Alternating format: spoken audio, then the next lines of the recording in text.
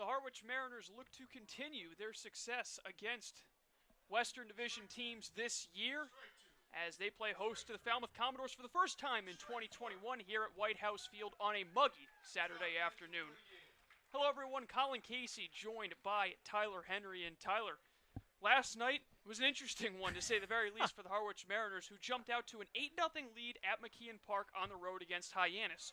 The game certainly didn't end that way as Hyannis slowly but surely fought their way back into the game, in fact tying at one point before ultimately falling by a final score of 15-13 in one of the more exciting games we've seen this season. Yeah, 27 runs on 31 hits. And of course it would be the only game of the 2021 CCBL season that we were not able to bring to you live. Yeah. But take our word for it. It was a fascinating one. If you're a fan of offense, you got what you paid for. And of course the most important thing for Harwich, they were able to sneak out with a victory. Not usually something you say when you put up numbers like 15 runs on 16 hits. No, that big 3-run 8th inning was the difference maker in that one, putting the Mariners up for good. A lot of big games from several bats in this Mariners lineup that looks to get hot, but right now we'll put our focus on the mound for Billy Seidel out of Duke, who again is a local kid from Massachusetts. Seidel coming in, the right-hander, a rising junior at Duke out of Wellesley, Massachusetts, and he had a pretty good cheer section just to our left, Tyler. What do you think Seidel's looking to do here against a Falmouth team that the Mariners had a lot of success with on the road when they first met? Yeah, I mean, ultimately, the big thing for Seidel is just going to be to keep doing what he's been doing. He has looked very good through his first couple of starts. The numbers may not be quite as intense as what some people might be expecting, but when you look at the guys that we were told were going to be the go-to starters, he's one of the few guys that has remained consistent throughout the course of the entire season of the guys that have stayed here. So we've seen some good things out of Seidel. Again, 5 1/3. He went deep into his last outing, had 5 strikeouts to 5 walks. Keeping those walks down is going to be critical for his success today, but expect a lot of good off-speed stuff. That's what we could see out of Billy Seidel. Seidel's still waiting for his first decision of the 2021 season, but a 2.70 ERA through 3 starts, so he's done a nice job of keeping those run numbers low. Let's take a look at the Falmouth Commodores starting lineup. Luke Boyers leads things off in center field out of TCU. His Horned Frog teammate, Braden Taylor, follows him, batting second and playing third. Jace Borfin, the DH, glad I got that one right on the first try, bats third. Chris Armstrong at first out of the University of Florida batting cleanup. Taylor Smith, the catcher, bats fifth. Michael Curiali, the second baseman, bats sixth. Doug Hodo, the right fielder, bats seventh. Anthony Hall, the left fielder, batting eighth. And Cody Colden will round out the order. So, Billy Seidel looking to pick up right where he's left off in this Cape League season in his 4th start of 2021, and he gets this one off to a good start with a strike, much to the joy of the crowd to our left. Yeah, there is a full-blown Billy Seidel fan club in attendance today. This is not something we've seen a whole lot of this season, but this is good to see. This crowd is amped. Slow roller towards short. Zach Preisner will get an opportunity. His throw is in time for out number 1. Let's take a look at the Harwich Mariners defense. Tatum Levins behind the plate for Seidel in this one. Dylan Phillips making his debut for the Mariners. He's over at first base. Max Codier at second. Preisner, who just made the play at short. Brock Wilkin at the hot corner. Press Kavanaugh in left. Chris Newell in center. And Jordan Beck, who had a 4-hit game yesterday, out in right field getting another opportunity. Here's Braden Taylor, third baseman out of TCU. Long look in for Seidel. Wellesley, Mass native, misses up and away for ball 1. Yeah, and you talked about it, a couple of guys that broke out of a bit of a cold streak yesterday, but they're the guys that put the work in. I mean, Jordan Beck and Zach Preisner, we heard it from them after the game. They went to the cages, they took a lot of extra swings, and it certainly paid off for them. 1-0 is in there for a strike. Taylor, out of West Jordan, Utah, was the 2021 Big 12 Freshman of the Year. Talk about a strong season for TCU. Hit .324 there with 12 home runs. 1-1 pitch is lined. A one-hopper to Preisner, who snags it. Throw is in time to Phillips. So Zach Preisner getting tested early, but so far he has passed. Quick 2 outs for Seidel and the Mariners in the top of the first. Yep, and that's exactly what you want. I mean, he's been doing a better job here of pitching to contact. We saw a lot of long at-bats last time around, but kind of after seeing the last few starts for Harwich, content to fill up the zone and just kind of trust the defense behind him. Jace Borfin, left-hand hitting DH, swings at the first pitch, and Seidel pulls the string on him. Yep, and there's the off-speed. We talked about that. I mean, that's what Billy Seidel is going to get you in any given day. He establishes that fastball early, and then he has the slider and the changeup. And, you know, it's not the ultimate pitch mix that you like to see out of a starter, but he works it to perfection. 0-1 is on the inside corner. Borfin, this past spring, was at the University of Oklahoma, but he'll be transferring to Arkansas, team that was, for most of the season, the #1 team in NCAA college baseball. The 0-2 from Seidel, sending the air out to center field. That'll chase Chris Newell back, but he's got plenty of room, and he makes the catch for a 1-2-3 top of the first inning for Billy Seidel. Mariners look to get the bats going in the bottom half. We're scoreless from White House Field. You're watching Mariners baseball on the Harwich Mariners YouTube network.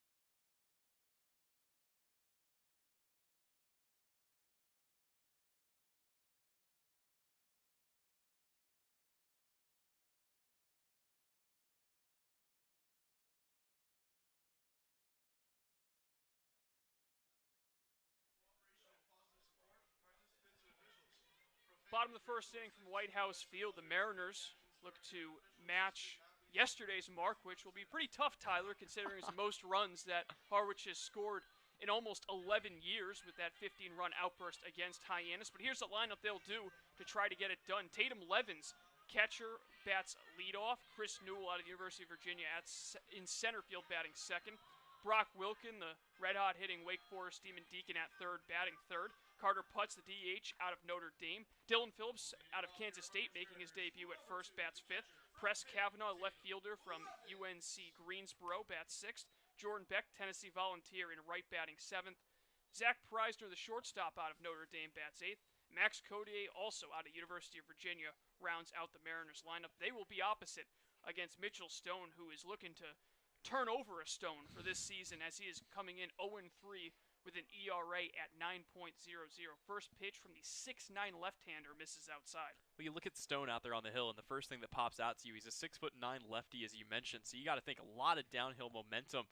But then you see him pitch, and there's the fastball. Again, it's in there for a strike, but 87 miles an hour, nothing overpowering, and his off-speed, he's just been struggling to locate it this year. You mentioned a couple of really rough outings for his 2021 start. It's been the wrong side of all three decisions in his starts. There's a line drive foul down the left field line over towards the Mariners bullpen where there is action. Don't think I expected that after a 1-2-3 first inning from Billy Seidel, but sure enough, Bo Keithley is getting loose. Might be able to learn more shortly, but really confusing stuff as Levins hits a chopper on the ground to second. Curiali's throw in time for out number one. But yeah, Tyler, you look as confused as I do as to why Keithley might be warming up here this early. Yeah, I mean, I can't imagine. Again, you're talking about a guy in Billy Seidel. He's been an established starter, and he's a guy that's been doing a good job this year of going deeper into games. So it's weird to see somebody already up and warming out of the pen. But, you know, again, we'll kind of keep an eye and monitor their situation. Yeah, you never know, but that is certainly a bit of a head-scratcher here for us. We'll see how it plays out.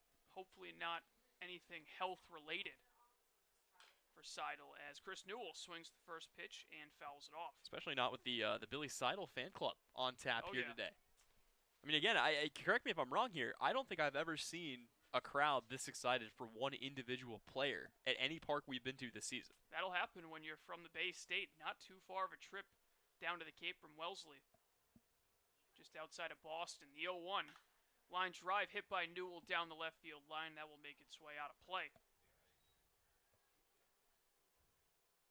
Stone actually had his best start in his last appearance against Cotuit, but still ended up getting the loss. 4 innings pitched, gave up 2 earned on 4 hits, walked 2, struck out 3.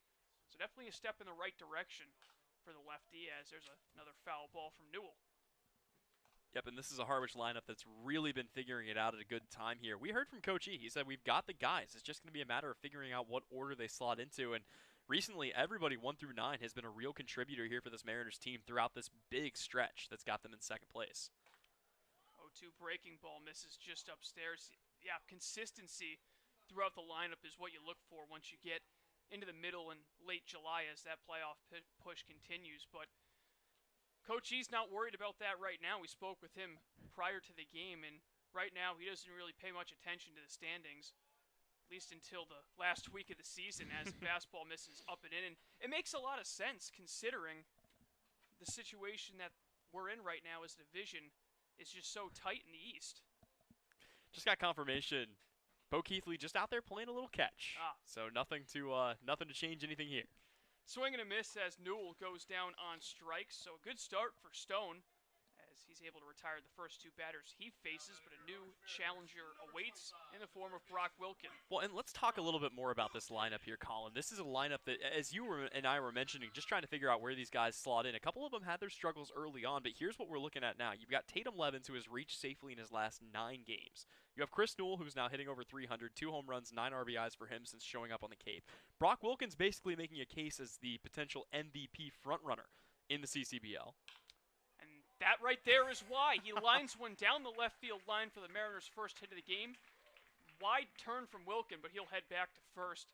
Picks up a single, came into today's game 4th in the CCBL, but 2 of the guys in front of him aren't on the Cape anymore, in Colin Davis and Rylan Thomas. Yep, and again, of the guys that remain, he is going to be up there. So you've got a guy making a potential MVP run, hitting in the 3-hole. Now you got Carter Putt stepping up to the dish. He's got 7 RBIs for the Mariners. You've got Dylan Phillips in this lineup who's making his debut. Press Kavanaugh's come through as of late, and the only guys that were struggling in Jordan Beck and Zach Preisner both had massive breakout games yesterday. This is the time for the Harwich Mariners, and they have been capitalizing so far.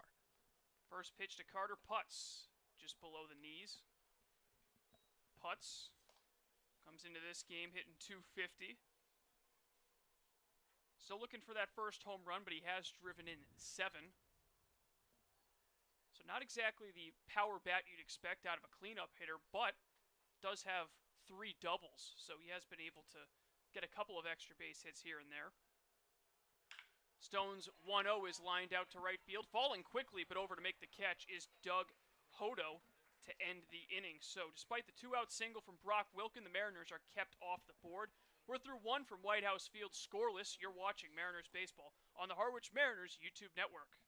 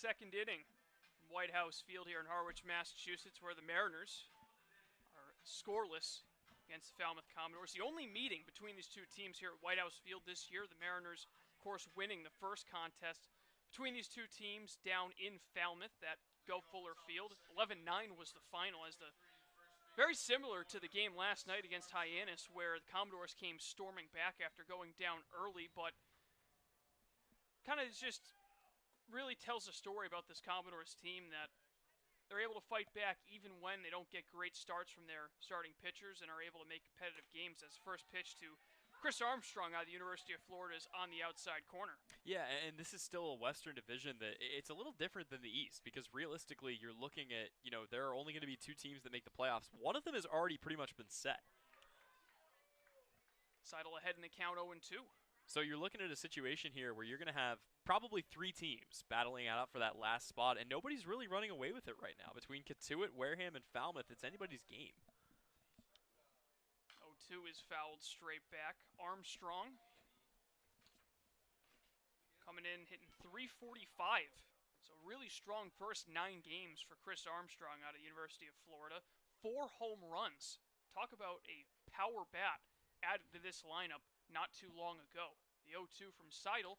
Check swing, and he did go around. Billy Seidel picks up his first strikeout of the afternoon. The Mariners have 1 out in the top of the second. Well, and this is what we're talking about. We're starting to see where these teams are going to end up by the end of the season. These are the squads we're going to be seeing for a lot of these CCBL teams as they start to make that big playoff push. So, this is kind of the final form here of the Falmouth Commodores. You have to make do with what you have, and Falmouth has really been dropping down the order here recently, as they have fallen from second place all the way down to 4th out in the West. Here is Taylor Smith, who also has had some pretty big power numbers this year, coming in with 3 home runs in 31 at-bats. Swings for the fences there, but comes up empty. Yeah, and that's the thing. We saw a lot of that out of Falmouth in that first meeting between the two. Really aggressive swings, a lot of guys going for those extra base hits, and it's kind of not what Harwich has been doing recently. They have been getting the power numbers up, but it's been more of a contact game for the Mariners recently. 0-1 swung on and missed. Smith falls behind. He's hitting just .194 on the season, 6 for 31, but he had a stretch of 3 straight games where he homered in all 3. Back on July 5th and 6th, then he took some time off, and July 11th, homered against Katuitt. 0-2 misses high to Smith. I like that, though, trying to get the guy to chase a high fastball. He's trying to park one over that left field fence. He's had the home run swing in full effect, and that's one of the best pitches. It's very tempting for a guy who's trying to put a really good barrel on it to swing at that fastball above the eyes, but we'll see what he comes back with here.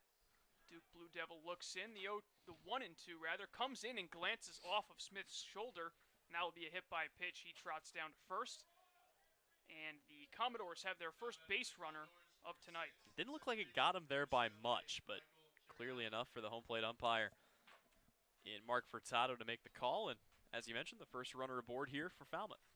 Mark Furtado behind the plate. Ryan DeMarie over at first, and Jeff Merzel, third base umpire for tonight's game. Michael Curiali showing bunt, and he gets it down. It's a perfect one, rolling down the line, but it's going to hook foul. Seidel kind of forgot to pick it up for a second, but the last moment remembered and was able to get it in foul territory. Yeah, that thing almost started to roll back towards the line. Of course, got to snag it on the right side, but yeah, it looked like a perfect bunt. Smart heads-up play there, though, by Seidel to let it continue rolling down the line. You got to give it a chance if you're not going to get him at first. And instead, that'll bring Curiali back into the batter's box. Curiali, the California native, went to UCLA. Spent last summer in the Northwoods League. Of course, there was no CCBL season, so went up to Mankato. Hit .299 up there in 39 games. The 0-1, breaking ball that Seidel can't get down into the zone. Well, and as a member of the affectionately named Mankato Moondogs, that would actually have made him a teammate of a guy making his Harwich Mariners debut today, and Dylan Phillips. How about that? Connection between two guys right off the bat. 1-1, a foul ball sounded like it deadened the bat of Curiali, and sure enough, he heads to the dugout to get new lumber. Yep, got to make sure that, and especially you can hear it from all the way up here. As soon as he made connection there, that bat is toast. So he'll grab some new pine and see if that helps him out here. But he is down 1-2. Seidel doing a really good job here, Colin, of staying ahead of the hitter, and that's something that's been. I mean, again, we've kind of talked about that all year long with all of these Mariners starters, but the ones that have taken that advice to heart have done an excellent job throughout their outings. The walk numbers have been really low here for the Mariners. Yeah, and he had Smith 1 and 2 before he plunked him, so hasn't been an issue thus far falling behind. Catcher Smith takes his lead off first. Seidel working from the stretch. And the 1-2. Spoiled foul down the right field line. And the strikeout numbers have been just absurd for this Harwich Mariners pitching staff this year. If you want a comparison just between the two teams in action today, 230 Ks this year for the Mariners as a pitching staff, only 169 for Falmouth this year. I believe that mark leads the CCBL. We'll get confirmation on, or I'll get confirmation on that here in just a bit, but certainly one of the higher numbers among teams with the right number of games. Fastball misses high. I actually just pulled it up right ahead. I was only one click away, so there you go. I was able to beat you. But Chatham actually leading the CCBL with 249 strikeouts as a team. Harwich in second, 19 back, so a pretty considerable lead for the Anglers on the rest of the CCBL as that ball's wrapped foul towards the Mariners bullpen. Of course, Chatham has also played in a couple more games than the Mariners have so far this season. They've been kind of fortunate with the weather delays. I say they've been fortunate. They've been fortunate to get the games in, but in the games when they're the only team in action, I believe they're 0-1-1, which is going to hurt them when all is said and done because it's going to be based on points per game, not by total points. Yeah, maybe that's what you should focus on stats this year on a per-game basis rather than overall with all the teams playing a different number of games. There's a ground ball up the middle. This could be two. The flip to second for one. Cody's return throw not in time. A good turn there by Preisner, but just not enough to get Curiali running down the line. So he's on first via fielder's choice. Smith is retired, and there are two away in second. Yep, it's still got to feel good, though. You get that lead runner. You can really focus on the hitter here. No sense in worrying about the base runner. You just need to get one more out, and that'll be Doug Hodo coming to the plate here and see whether or not Seidel can find a way to set him down. Hodo out of Texas. Comes in hitting just 154 on the season, but this only his 6th CCBL game. Does have a double. Check on the runner by Seidel. All 10 teams in action today, and it looks like all 5 games will take place given the weather situation. A really nice weather-wise, not so nice temperature-wise weekend here on the Cape as the count now 1-0. I mean, we say that. It is only 80, but it is kind of a bit of a muggy 80 degrees with all the rainfall that we've had over the last few weeks. We were kind of joking around before the game about this, Colin. I think this is the first time we've had back-to-back sunny days on the Cape in quite some time. Yeah, weather was beautiful yesterday, even the temperature in Hyannis. Runner going, and Hodo fouls it off. So we'll see if that'll hold out. Obviously, never a guarantee here on the Cape. And the eastern half of it has been hit less hard than the western half. You talked about the entire western end of Massachusetts kind of getting the raw end of this deal this summer.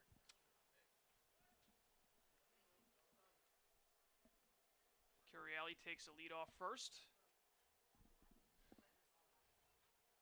Seidel with a long pause. Now he delivers. There's a fastball right down the middle. Yep, and another 1-2 count. It seems like he's had this on every batter he's faced so far, and it gives you a lot of freedom as a pitcher because you can waste a pitch, but that's not really Seidel's style. We've seen him try to retire guys on a 1-2 count basically every at-bat here. He's not afraid to put something near the zone. He's not going to give you a meatball, but at the same time, he's going to go right at you here. Real aggressive approach so far, and it's been paying dividends. The first inning and 2/3, and he's able to get Hodo waving at a breaking ball out of the zone. And it's 2 scoreless innings for Billy Seidel. The Mariners look to get the bats going in the bottom half of the second. You're watching Harwich Mariners Baseball on the Mariners YouTube network.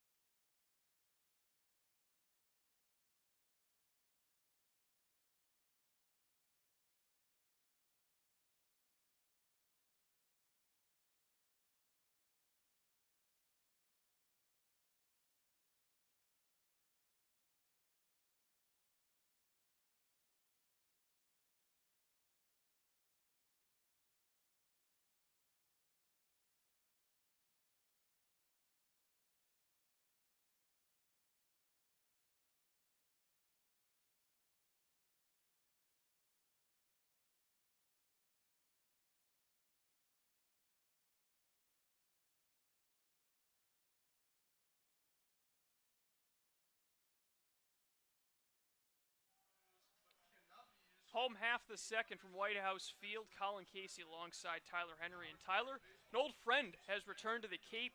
Former Harwich Mariner Chris Lanzilli, who was a part of the team in 2019. Wake Forest Demon Deacon, now with Brewster, being picked up today. And it looks like he's already showing what he was capable of in 2019 here in 2021. Yeah, really wasting no time whatsoever through just 2 official at-bats. He's already got a hit and 2 RBIs for a team that's already hanging on to a narrow lead right now in the East. So a guy that really was an instrumental part of Harwich's push to get into the playoffs in 2019, now trying to hold them out of the top spot here in 2021. Ironically, for the team that missed the playoffs because Harwich beat them out in 2019. Yep.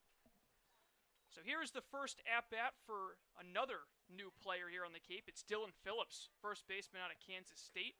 Watches the first pitch on the outside corner. Dylan, a really versatile player in that he plays the outfield, but he's at first base today. He also pitched a little bit for Kansas State, and here he rips one into center field, but it will hang up just enough for Luke Boyers in center, one away. Yeah, but that's kind of what you can expect out of Phillips. I mean, we talked about some of his numbers. 16 home runs in 2021 was tied for the single-season program record.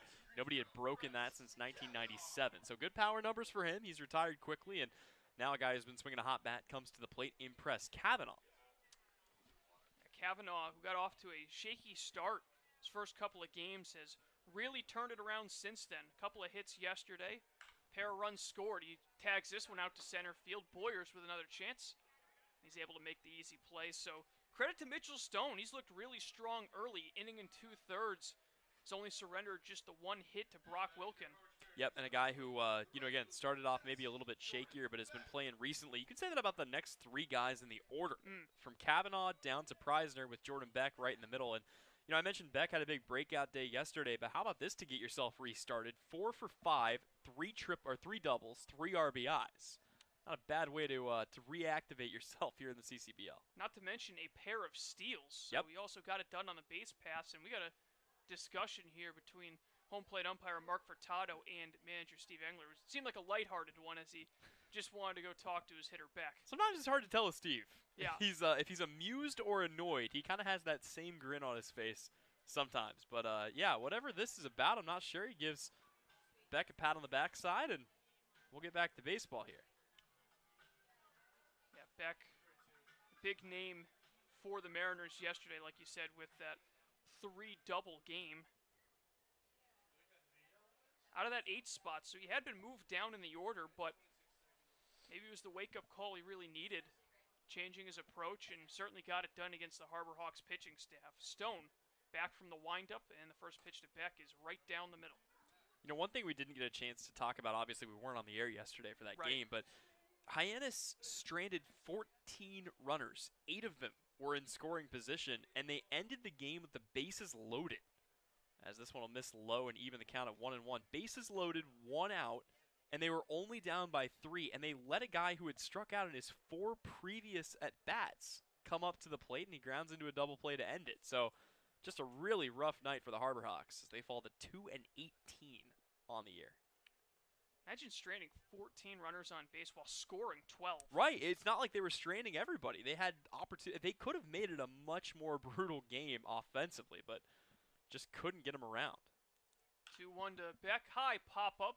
Crossing into foul territory. The first baseman, Armstrong, makes the catch, and the inning is over. So the Mariners go down in order. We're through 2 from White House Field, still scoreless. You're watching Mariners baseball on the Harwich Mariners YouTube network.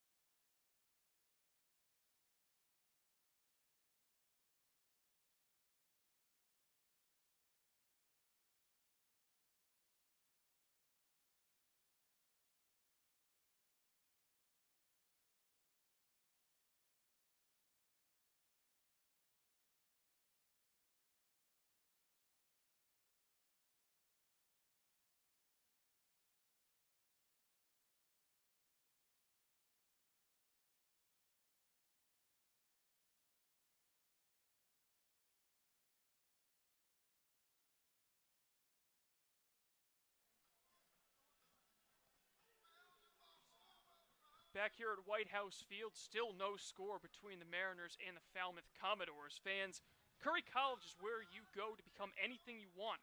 Curry prepares students to engage in successful careers with learning beyond the classroom. Explore undergraduate programs including new majors in sport and recreation management, graphic design, marketing, and computer science. Online at www.curry.edu.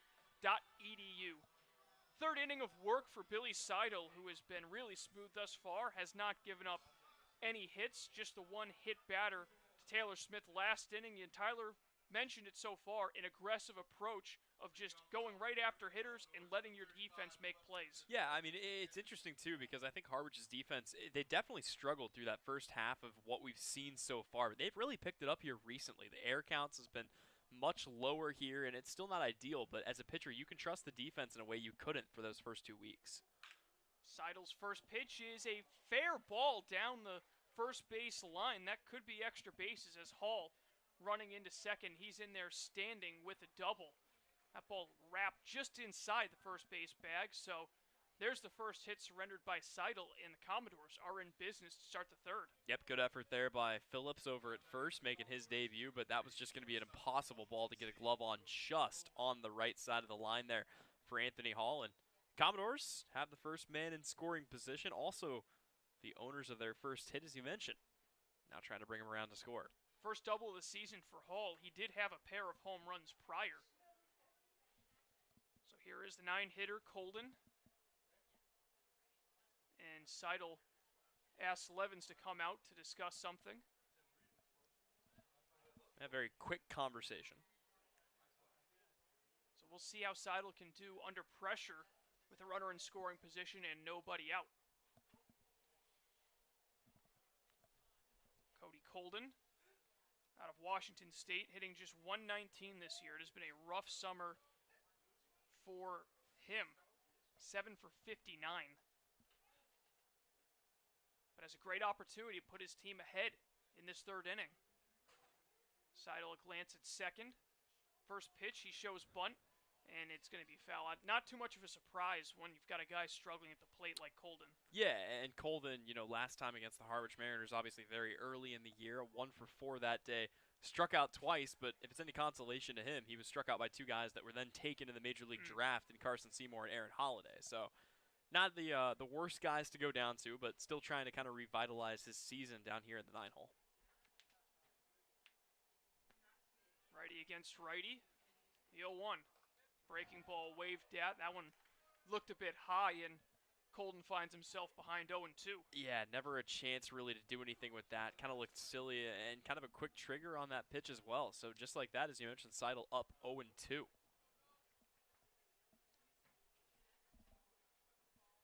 Falmouth coming into this game at 8-9-2, third in the West. Right in the thick of things for that second playoff spot behind the Bourne Braves. The 0-2 waved at and missed, and Colden goes down swinging. A big out number 1 for Seidel. Yep, strikeout number 3 for him as well, and now he'll face the top of the order. 3 guys that he handled well the first time through. It was kind of a quick top of the first as well. Boyers grounded out to Preisner. On a sharply hit ball to begin the ball game. Falmouth Commodores looking for their first CCBL championship in 40 years. It has been a long time coming for the Commodores. First pitch outside. Yeah, Harwich, I mean, I'm sure they feel like 10 years ago was a long time since their last title, but 40, I mean, that's quite the number. I believe that's one of, if not the longest streak of not having a title in the CCBL across the league. Miracle on Ice was a current event back then. 1-0 is over for a strike. Yep, Falmouth 1980, the longest streak by 11 years.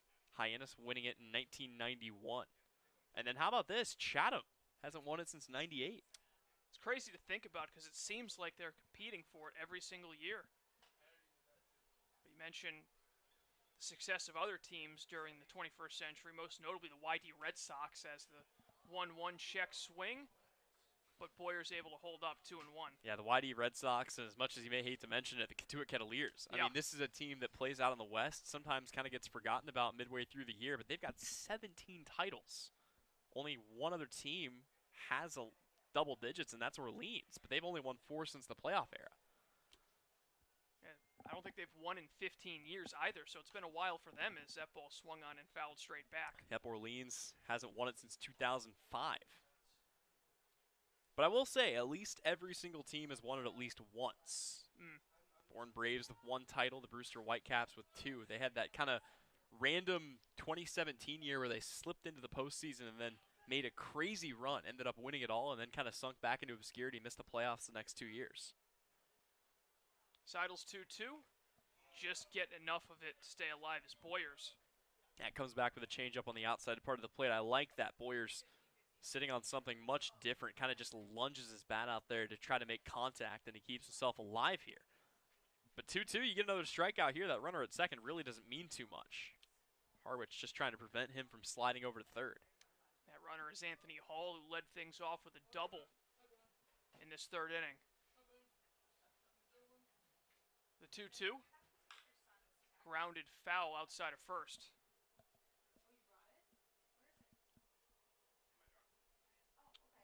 Luke Boyers, of course, the center fielder for Falmouth Commodores, but he also was a standout quarterback in high school and a 2-time district long jump champion, so very talented member of the track and field team of his high school. Always helps to have that type of athleticism, especially out in center field. 2-2 again, fouled straight back again.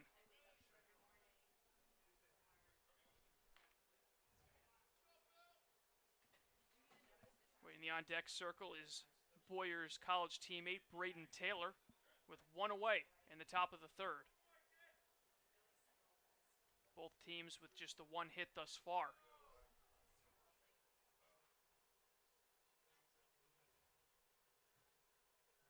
Seidel comes home, check swing, and that one misses high. Boyer's able to hold up. First base is open, so if the Mariners do end up putting that runner on base, double play comes back into the picture. Seidel's been able to induce a lot of ground balls early, 3 thus far, all towards his middle infielders. The payoff pitch is lined out to right field. Beck gets a good jump on it, but he's not going to get there in time. It's a base hit. Throw comes in quickly, so Hall is forced to stay at third. But the Commodores have first and third with only 1 away. Yep, everything out to right field right now, and that'll bring up Braden Taylor, who's been seeing the ball relatively well this year. So we'll see what happens here. Harwich got themselves into this position a couple of times last night. Obviously, that Hyannis lineup not quite as potent as this Falmouth one, but at the same time, you can't give teams this many opportunities, and with just 1 out, there are a lot of ways the Commodores could bring this run across. Here is the rising sophomore at TCU that, again, Big 12 freshman of the year. Really impressive young player. Pitch misses outside. Essentially the Commodores' version of Brock Wilkin. So a couple of really talented young third basemen going to battle on this Saturday afternoon.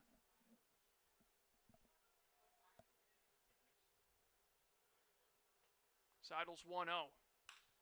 Line drive out towards the gap. That's going to fall and bring home the first run of the ball game.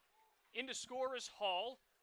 Rounding third is Boyers, but he will be stopped. It's an RBI double for Braden Taylor, and Falmouth is on the board. They lead at 1-0. Well, you made a pretty staunch comparison there, and Taylor ends up delivering in the clutch, something we've seen Wilkin do a number of times, and he follows it up with one of his own. And this inning is not over yet here. This is a problem right now. 1 away in the inning, 2 runners in scoring position, no chance to turn 2. Harwich could really use a quick strikeout here of Jace Borfin, but this lineup headed to the heart of the order. Borfin, a dangerous hitter. Real big power threat with 5 home runs on the season. Pitching coach Steve Grunberg heads out.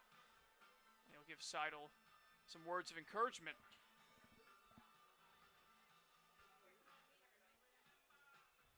Yeah, you can't imagine, although the trainer is out right now as well, so this may be a question of, maybe they saw something on one of those last couple of pitches, I don't know, but they're taking a look at Seidel right now, and Now you wonder if there will be some action up and warming out in that Harwich bullpen. We saw just kind of getting up and playing a little bit of catch earlier Bo Keithley. So you wonder if this might be the end of the line here. It's kind of an extended conversation right now with the training staff. Talking to Seidel. You wonder if something might not be feeling right in that arm or whatever the case may be, but this is a long discussion with the infield all gathered around as well. Well, and typically these are short conversations, either because the pitcher says, no, I'm fine, and sends the trainer back to the dugout, or because he says, no, I'm not fine, and they take him out immediately. But this is kind of a lengthy conversation, and right now they've got home plate umpire Mike Furtado involved in this as well. So, yeah, not 100% sure what the conversation is. Yeah, we saw it down the left field line right now. Spencer Giesting is getting loose. He hasn't begun to throw just yet, so you wonder if it's in the event that they do have to make a pitching change. But this conversation continues. Again, 1 home in the inning. Falmouth grabbing that 1-0 lead, and Seidel's gonna throw a couple of warm-up pitches to see how he's feeling.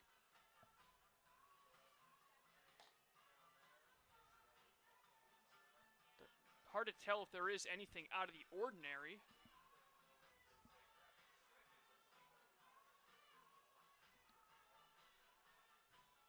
Now, Grunberg looking towards the dugout, now back to the mound. Well, meanwhile, it looks like there is finally an arm up and getting ready, and this is not what you want to see here, as very clearly something is not right and that's with the arm of Billy Seidel. That's going to be all for Seidel, and you can tell he's not happy. He was doubled over in pain, probably also in frustration. So we will have a pitching change. When we come back, we'll introduce you to the new Mariners arm. You're watching Harwich Mariners baseball on the Mariners YouTube network.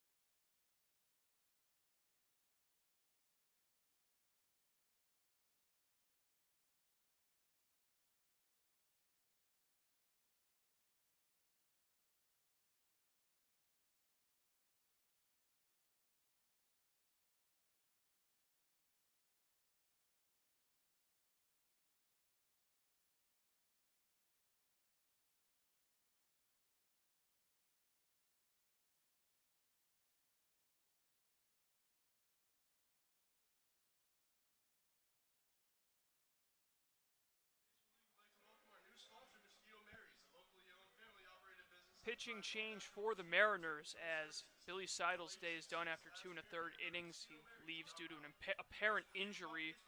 He'll be replaced by UNC Charlotte's Spencer Giesting, making his first appearance since July 11th. That was last Sunday against Brewster. He pitched 2 innings. Wasn't his best outing. Gave up 4 earned runs, 3 hits, walked 5, only striking out 1. So an opportunity for Giesting, Tyler, to get out of an early jam, but also to kind of shake off a tough outing against Brewster, where the outing before that against Wareham, he was outstanding. Yeah, I mean, there are a couple of different ways you can look at this. He has been very, very good when he has made starts. He has been a little bit shakier out of the bullpen, or you can just look at it as, every other outing he comes out and really does put on a show. So we'll see which version of Spencer Giesting we see here in this game. He has certainly had his fair share of struggles, but an arm that Harwich trusts in a spot like this, and he's kind of getting thrown with his feet to the fire. He'll have runners on second and third, just one away in the heart of the order due up next with the 3, 4, and 5-hole hitters. So kind of a tough spot to get thrown into, but we'll see how he responds. He's looking to avenge his June 26th appearance, his debut, which came against the Falmouth Commodores down at Gov Fuller Field. Went 2 2/3, allowing 4 earned runs and 4 walks. So much different Falmouth lineup that he's seeing this time around, and we'll see if he's able to get himself out of this jam with 1 home in the inning, runners at second and third, and dangerous Jace Borfin coming to the plate. Borfin flew out to center to end the top of the first inning. First pitch from Giesting in the dirt. Nice stop by Levens. Yeah, and that's the one thing you really can't afford right now. You can't let anything come across on any kind of a pass ball or a wild pitch. And the guys are going to be keeping an eye on that, especially Luke Boyers over on third. Borfin also the team leader in RBIs with 16. Good enough for top 5 in the CCBL. 1-0 is hit in the air on the infield. Max Codier, battling the sun, makes the catch. And there's a big out number 2 for Giesting and the Mariners. Yeah, that's absolutely huge because, again, it's not deep enough in the outfield for anybody to tag up and come around to score. You find a way to get out of this inning with just the 1 run given up. That's still a massive victory here for Harwich. So just need to get 1 more, and now you can really focus on the batter. You can Giesting could even go out of the windup if he really wants to, but looks like he'll stick with the stretch here. And in steps the free swinging Chris Armstrong, who has struck out 10 times this year compared to just 1 walk. So he's someone who isn't afraid to take a rip with an RBI chance and 2 away. He's ahead in the count 1-0.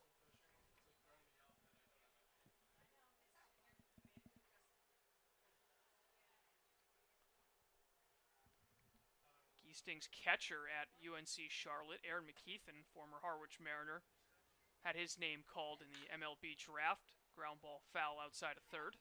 Yep, and that was something that we had always talked about. We would see some of those extended conversations between the catcher and the pitcher. He knows this guy, and that's not the case with Levens. But Levens still calls a really good game, and these guys have gotten comfortable working with him so far this season. Giesting, of course, a 3-pitch guy. Fastball, changeup, slider. Armstrong, a Jupiter, Florida native, went to his home state school, University of Florida, played for the Gators. Check swing, appeal down to first, and Ryan DeMaurice says he held up 2-1. Yep, barely able to keep his wrists back, but does hold off, and now he's ahead 2-1, a hitter's count. There's something about Chris Armstrong. He can pitch with both arms. Really? Shades of Pat Venditti. Blue Jays reliever. There's a chopper to Preisner at short. He snags it on a hop, throws in time, and how about Spencer Giesting getting out of the jam, coming in with 2 in scoring position and 1 out, and he does not surrender any further damage. But Falmouth Commodore strike first. They lead at 1-0 after 2.5 from White House Field. You're watching Mariners baseball on the Harwich Mariners YouTube network.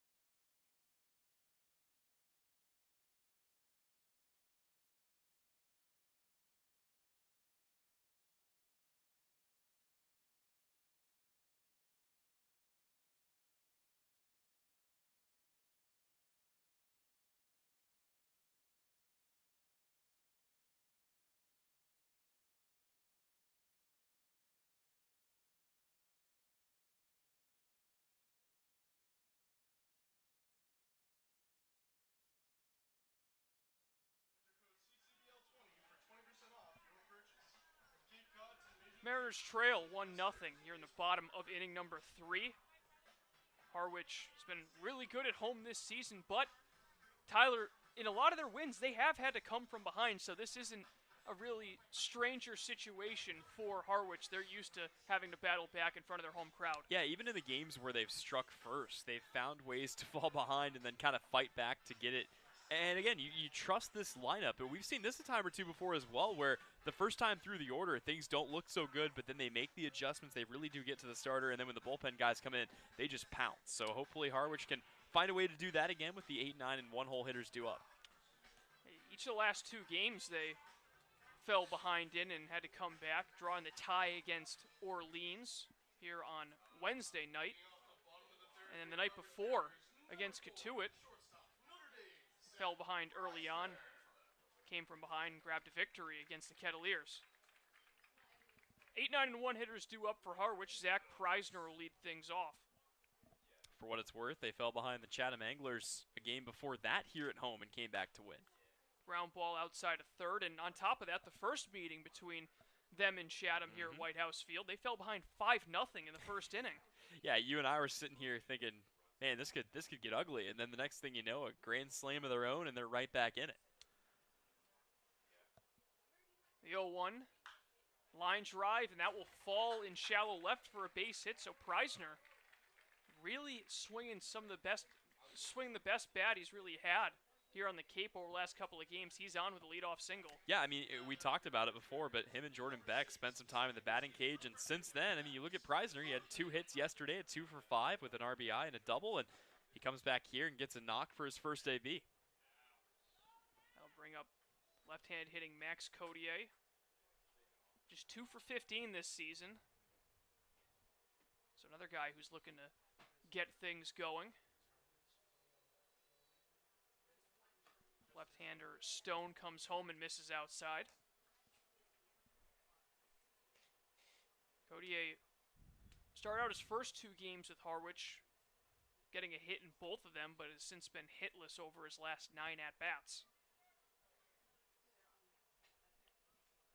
Preisner with a decent-sized lead at first. Pitch, and Codier shows bunt, but fouls it off. Yeah, Codier really one of the few guys left in this lineup that just hasn't been producing on the offensive side of things. And if you get him going, then, well, there's really nobody left at all except for a couple of the new additions that have not been consistently producing as of late. Codier, the New Milford, Connecticut native.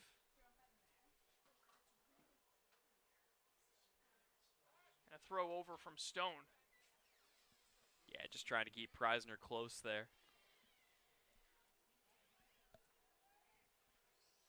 Mitchell Stone again listed as 6'9" on our roster, 260 pounds. So really throwing downhill to these Mariners hitters as he checks on the runner once more.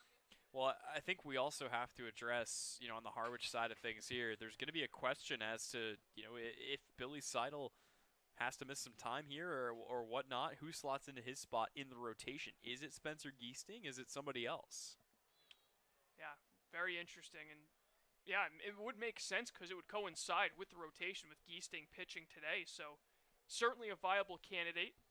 But, again, right now, just one day at a time, and the hope is that it's nothing too serious with Seidel, who had been looking so strong through his first few appearances. Came into today with a 2.70 ERA. That bunt goes foul once again.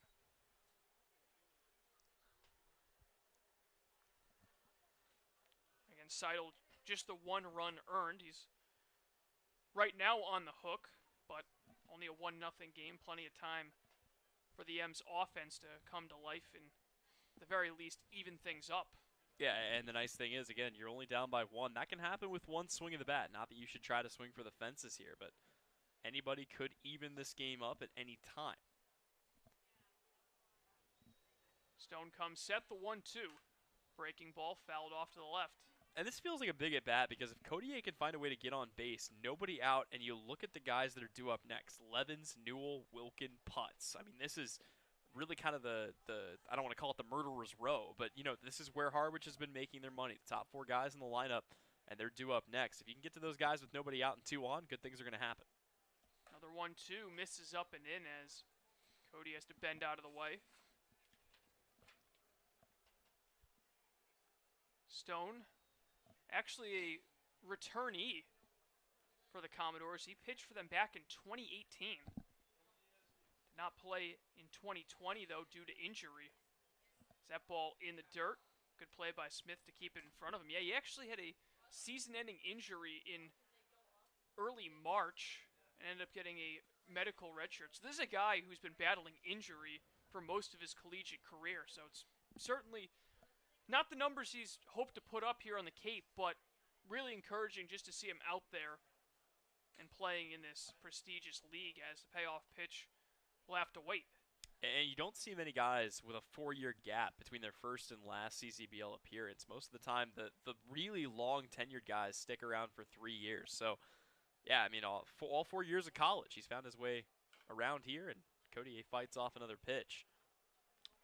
Heavily recruited guy as well out of high school. Oklahoma, Wichita State, Louisville, and Vanderbilt, all teams that were interested in the big lefty.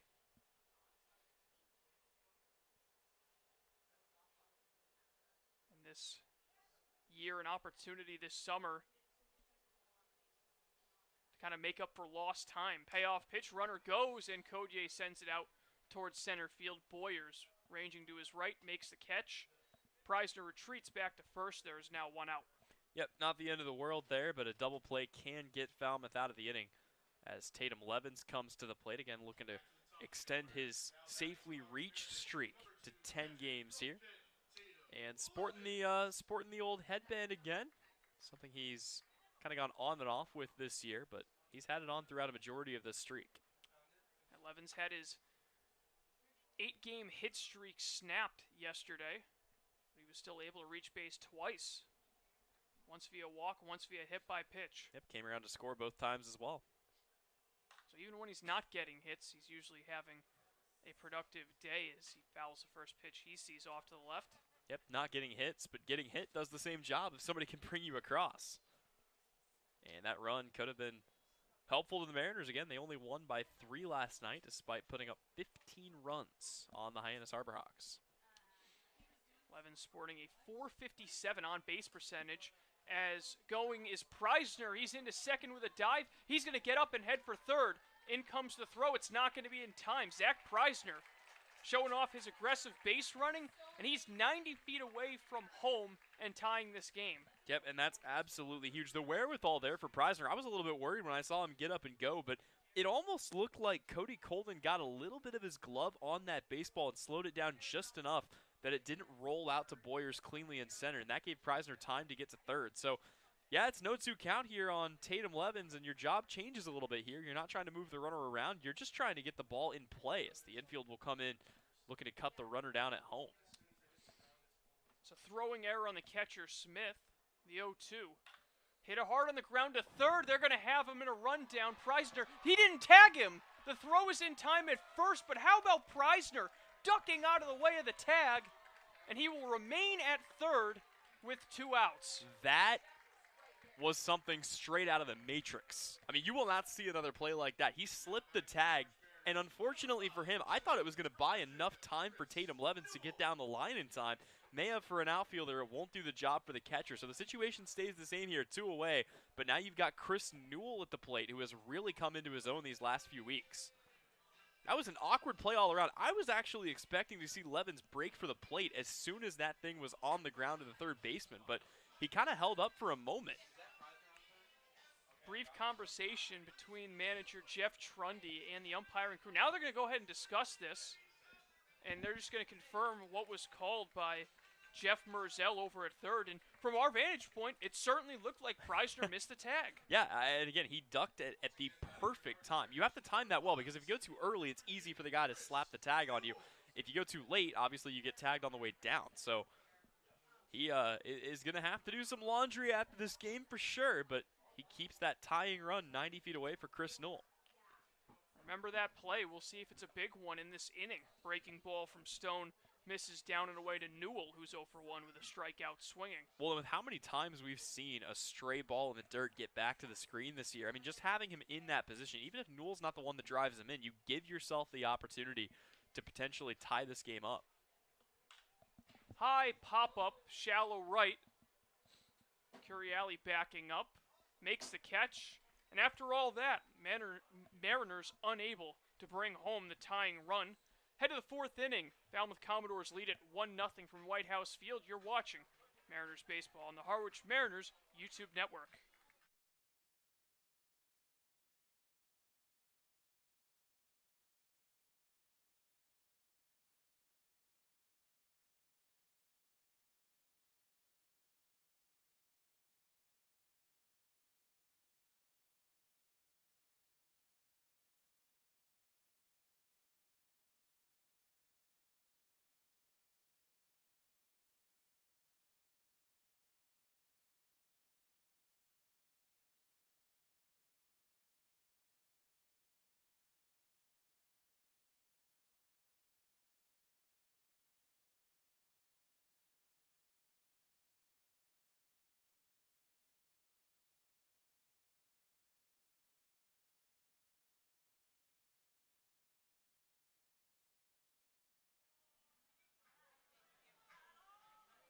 We head to the fourth inning from Harwich. Mariners trailing 1-0 to the Falmouth Commodores.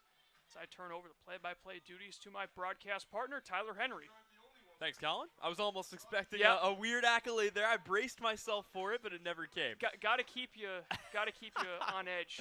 You certainly do that. So let's take a look and see here. The Falmouth Commodores will send Taylor Smith, Michael Curiali, and Doug Hodo to the dish here, and they'll be facing a different pitcher than the one they did to start this game. Billy Seidel getting the start. Of course, our thoughts right now with Seidel. He left obviously under his own power. Clearly, just some severe discomfort somewhere in the arm or shoulder area. We're hoping he'll be able to continue. But for now, it's Giesting's game, and it was kind of a concern for us, Colin, knowing that Giesting had his fair share of struggles out of the pen this year, but he came in with runners on second and third, got 2 quick outs, and that's the kind of confidence builder you need when you come into a game like this. Yeah, talk about a confidence booster. I mean, doesn't get much tougher than 2 in scoring position, less than 2 outs, but he was able to generate a huge pop-up, and that took a lot of weight off of Giesting's shoulders. Then he knew he could go right after the next guy and was able to get the ground out to get him out of the inning. Yep, so he will face the rest of that heart of the order here. Taylor Smith was hit by a pitch back in the second inning. Nothing ended up coming of it. He will be the first man up here to face Giesting, again, the UNC Charlotte product. Lefty in his own right, facing off against the right-handed batter in Smith. Falmouth looking to add on to their lead here. No lead feels safe against Harwich at home. And this first pitch is just going to miss low for ball 1. Mother Nature must have heard you, Tyler, talking about 2 straight days of beautiful weather because the clouds have quickly moved in, but fortunately, it appears we're going to be staying dry tonight. Knock on wood. Yeah, that's the important thing. As Giesting will miss his next pitch, another fastball, also low. Count goes to 2-0 here on Taylor Smith. Yeah, almost immediately after I said it, seemed like some cloud cover found its way here from somewhere. It's been pretty sunny all day long, but cooling off White House Field just a bit. This ball is roped into left field, back to the fence. That's going to get off it on a hop here. Turning for second is Smith. He'll be in standing up. And it is a leadoff double here for Taylor Smith, a runner in scoring position for Falmouth with nobody out, and Michael Curiali coming to the plate. More the same for Falmouth last inning, leading things off with a double. This time, Taylor Smith just missed a home run. I mean, that ball was hit on a line right down the left field line, and I think it caught the fence on the fly or a hop, whatever the case may be. He got most of it, and just a huge start to the inning for Falmouth once again. Something they lacked in the first meeting between these two teams. They weren't really getting many leadoff guys on and kind of having to play catch-up. Not this time. Yep. Leading it here over Harwich again. The Mariners have been incredible at home throughout this stretch, and I think we mentioned it before, but currently sitting just a half a game out of first place in that Eastern Division. Swing and a miss here on the start or on the first pitch to Curiali. Fastball coming in at about 89. Giesting, another one of these guys, has good control, but nothing overpowering when it comes to his fastball. Just does a good job of locating and using it to set up his off-speed pitches. Now he'll step off. Time is granted. And that'll give us a chance to take a look at some other games going on around the CCBL. The Brewster Whitecaps, as we mentioned, currently leading at 2-1 over the Katuitt Kettleers. And the Hyannis Harbor Hawks leading at 1-0 over the Chatham Anglers. That game's still very early, just the second inning.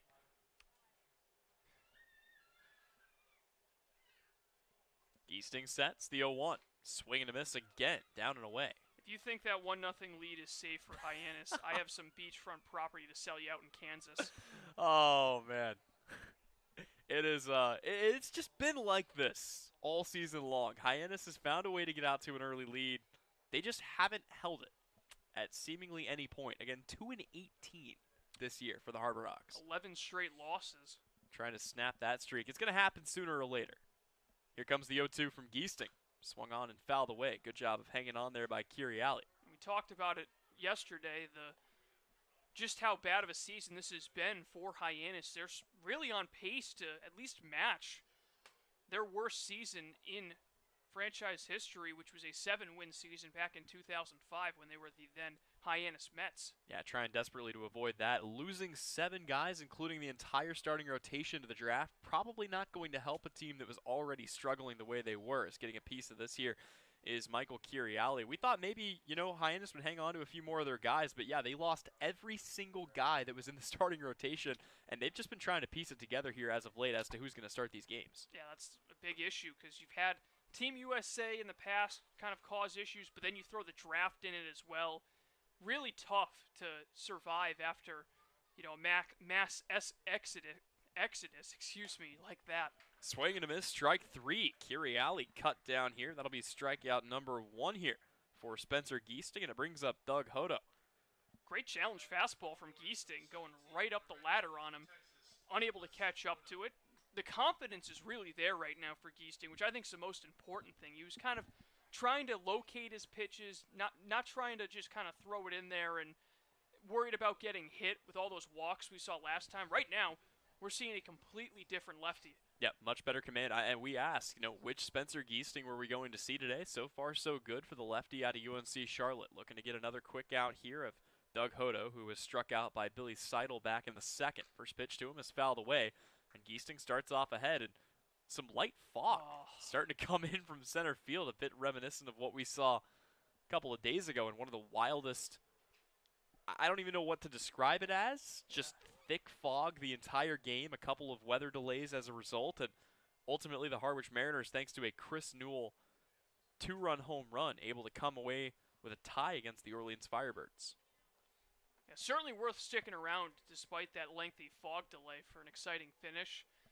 A little unfulfilling, I guess, with the tie, but fans definitely got a good one. That they did. Here comes the 0-1. That'll miss up and out. Count even at 1 apiece here. And the part of the order that caused Harwich some trouble the last time up, looming right now with Anthony Hall standing on deck. He led things off with a double and then came around to score the lone run of the game for the Commodores back in that 3rd inning. Right now, it's Doug Hodo trying to drive somebody in. Taylor Smith standing on second, the 1-1. And that one is in there. Late strike called by Mark Furtado. But the count goes to 1-2, Giesting ahead. He's really trying to tie up these right-handed batters for Falmouth, working inside. It didn't really work for Smith, who turned on that pitch he saw, but it's good to see Giesting stick with it. Just because it got hit hard once doesn't mean he should completely go away to it. Couple of fastballs back-to-back. See if he comes back with the off-speed here on a 1-2. Sets, kicks, and fires. That'll miss down and in. Good stop there by Levens. Levens has been outstanding behind the plate. I mean, he's had a couple of balls in the dirt, whether it be Giesting or Seidel, where he's had to stay down in the dirt. We know how important his bat has been, as he's usually DHing when he's getting those off days from behind the plate, but it sometimes makes you forget how great he is defensively. He has certainly done everything that he has been asked to do and more. As the 2-2 is on its way, this will be chopped down the first base line. And kind of an interesting note here, Colin. We've talked about this stretch that Harwich has been on. They've obviously been playing much better as of late. Since June 30th, they have lost just 2 games, both of them coming to the Brewster Whitecaps at the Brewster Whitecaps. It's crazy. Just that one team that's been giving them trouble. But to be fair, Brewster is probably the only team that's been playing better than them since then. Yeah, certainly have, and a part of the reason why they hold that lead in first. Swing and a miss, strike 3, Doug Hood cuts over, or Hodo, correction, cuts over the top of an off-speed pitch. Another big out. Giesting continuing to pitch well with runners in scoring position. He came in with 2 in scoring position, gives up the leadoff double in this inning, and hasn't seemed to phase him whatsoever. Back-to-back strikeouts. Yep, and now he will face Anthony Hall, who, as we mentioned, led things off with a double in the third inning, now trying to drive the run in, as opposed to being the man coming across to score himself. This is also one of the weirdest, I wouldn't say the weirdest, one of the rare early start times here at White House Field, because there are lights at White House, typically a game that would start between 6:30 and 7, as this one misses in the dirt. Good stop by Levins, but 5:30 start time here, as we are just a little over an hour gone and a third of the way through this one. We were looking at the reasoning why, and I think the big reason is just because of the pure travel time that these Western teams have when they have to go out east. About a 50-minute drive for Falmouth out here to Harwich. And that's a courtesy that typically gets extended to both teams, although we did have a 7 o'clock game at Wareham about a week ago. Geesting just missing off the plate here, so the count goes to 2-0. But yeah, typically granting the visiting team a little bit of time to try to get back home. Yeah, I believe it was a 6 o'clock start time in Falmouth for the first meeting between these two teams. Yep, and with the fog and clouds rolling in here in full effect, the lights have been turned on here at White House Field. So yeah, Mother Nature certainly trying to challenge us a bit as Geesting misses with another fastball, this time at 91, and the count goes to 3-0. Yeah, at least for now, for the time being, that fog is staying a little bit further above the field, at least above the tree line. So hopefully visibility doesn't shrink to what we saw against Orleans earlier this week. 3-0 down the pipe, strike one. The count goes to 3-1. Unlikely that we would see any fog like that roll in. That was on another level from any fog I've ever seen on a baseball field. Of course, 2 separate weather delays, making that one quite a lengthy outing. But as it had been in the previous 2 weather-delayed games, the team that was behind found a way to come back and at the very least tie it. And that game ended in a tie, and now we've got a very, I'm going to go with animated timeout call. Not 100% sure what that was all about, but Mark Furtado calls time, and now we're ready for Geesting's 3-1 pitch, and that will miss upstairs. So it's a walk issued here to Anthony Hall, and 2 aboard here with 2 away for Cody Colton. And on paper, this draws a matchup favorable to Geesting, with Colton struggling, has a strikeout already, but you can't take any at-bat for granted if you're a pitcher. You still have to stay aggressive and go right after Colton. I mean, especially coming off of a walk, you never want to keep pitching around a guy after struggling to find the zone in the last at-bat. Yep, of course, the one advantage Colton does have as a right-handed hitter facing the lefty on the mound. Anything off speed will be breaking into him. He swings at the first pitch he sees, sends it high in the air, out to right field. Into foul territory over by the first base side. Settling under it and making the catch is Dylan Phillips, and the inning is over. So, once again, Falmouth threatens but does not strike. Still a 1-0 lead for the Commodores here on the Harwich Mariners YouTube network.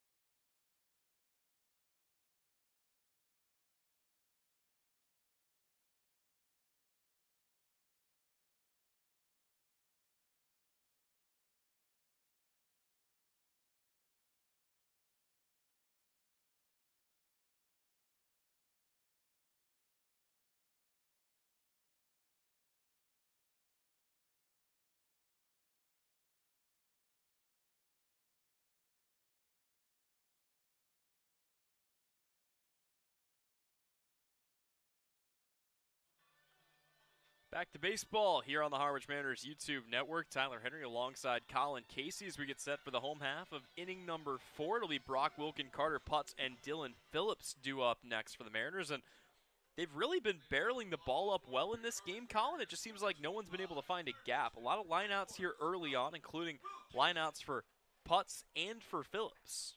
Yeah, hasn't exactly been the luckiest of starts, especially coming off of a 15-run outburst. You feel like you've been seeing the ball pretty well, and the Mariners have been putting the ball in play, just haven't been able to find the gaps against Mitchell Stone, who's been very impressive.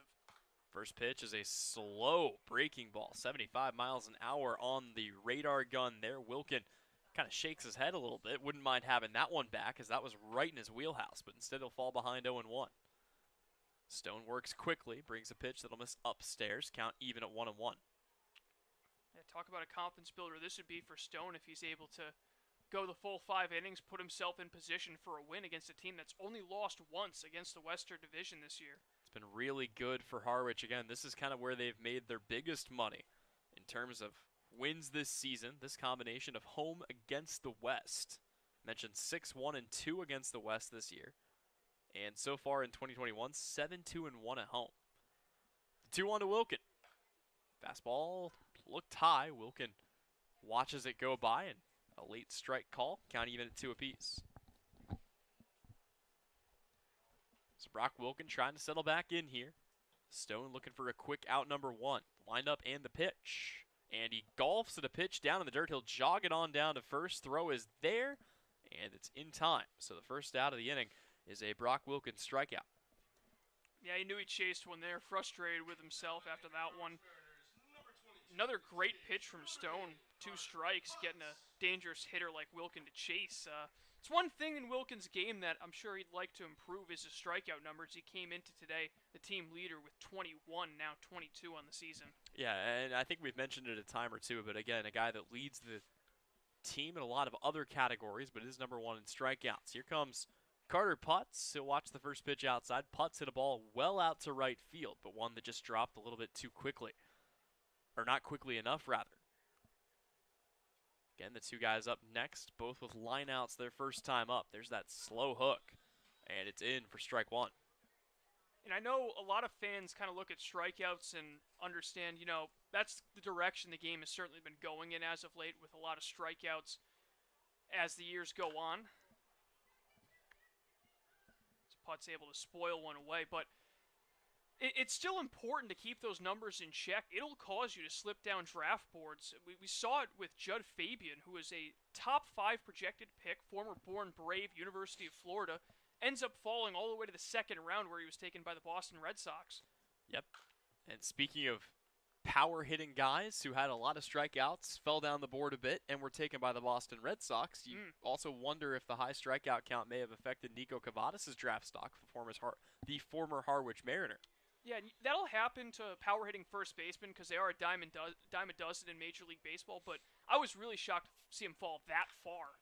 Lunging at the next pitch he sees here is Carter Putz. He'll foul it away. Count goes to 1-2. Yeah, I think we both expected him to go kind of on that second day of the draft, and then he slipped all the way down to the 3rd day. But Boston may have very well gotten a steal when you look at the draft value compared to where they were able to take him. The 1-2. Swung on and laced right at the second baseman. Back-to-back lineouts here for Carter Putz. This time to Kiriali for out number 2. Yeah, hit that one right on the screws, but Kiriali playing deep in the hole. One of those situations where defensive alignments pay off. They knew Putz is a big power hitter, so you got to give yourself as much room as possible to get a hard-hit ground ball. This one didn't hit the ground, but Kiriali, perfect position to make that catch. So that brings up Dylan Phillips, who swung at the first pitch he saw back in the first set of innings. This ball hit high in the air, does the exact same thing. This one looping into center, diving, but off the mitt out in center field of Boyers, and that is going to be an error. No, it's going to be a base hit. Actually, no, correction, it's a hit. Ball tailed on Boyers at the last second, so he had to make a diving effort at that, and that's why that one will be scored a hit, because he had to make a evasive action at the last second to try to make that play.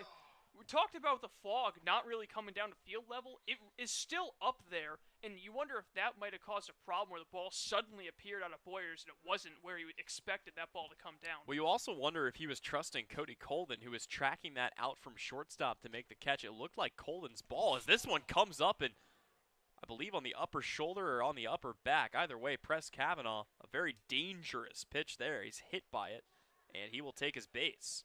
Yeah, good to see him stay on his feet and go right down to first. Hopefully he's all right. Looks like he is, so that's definitely good. But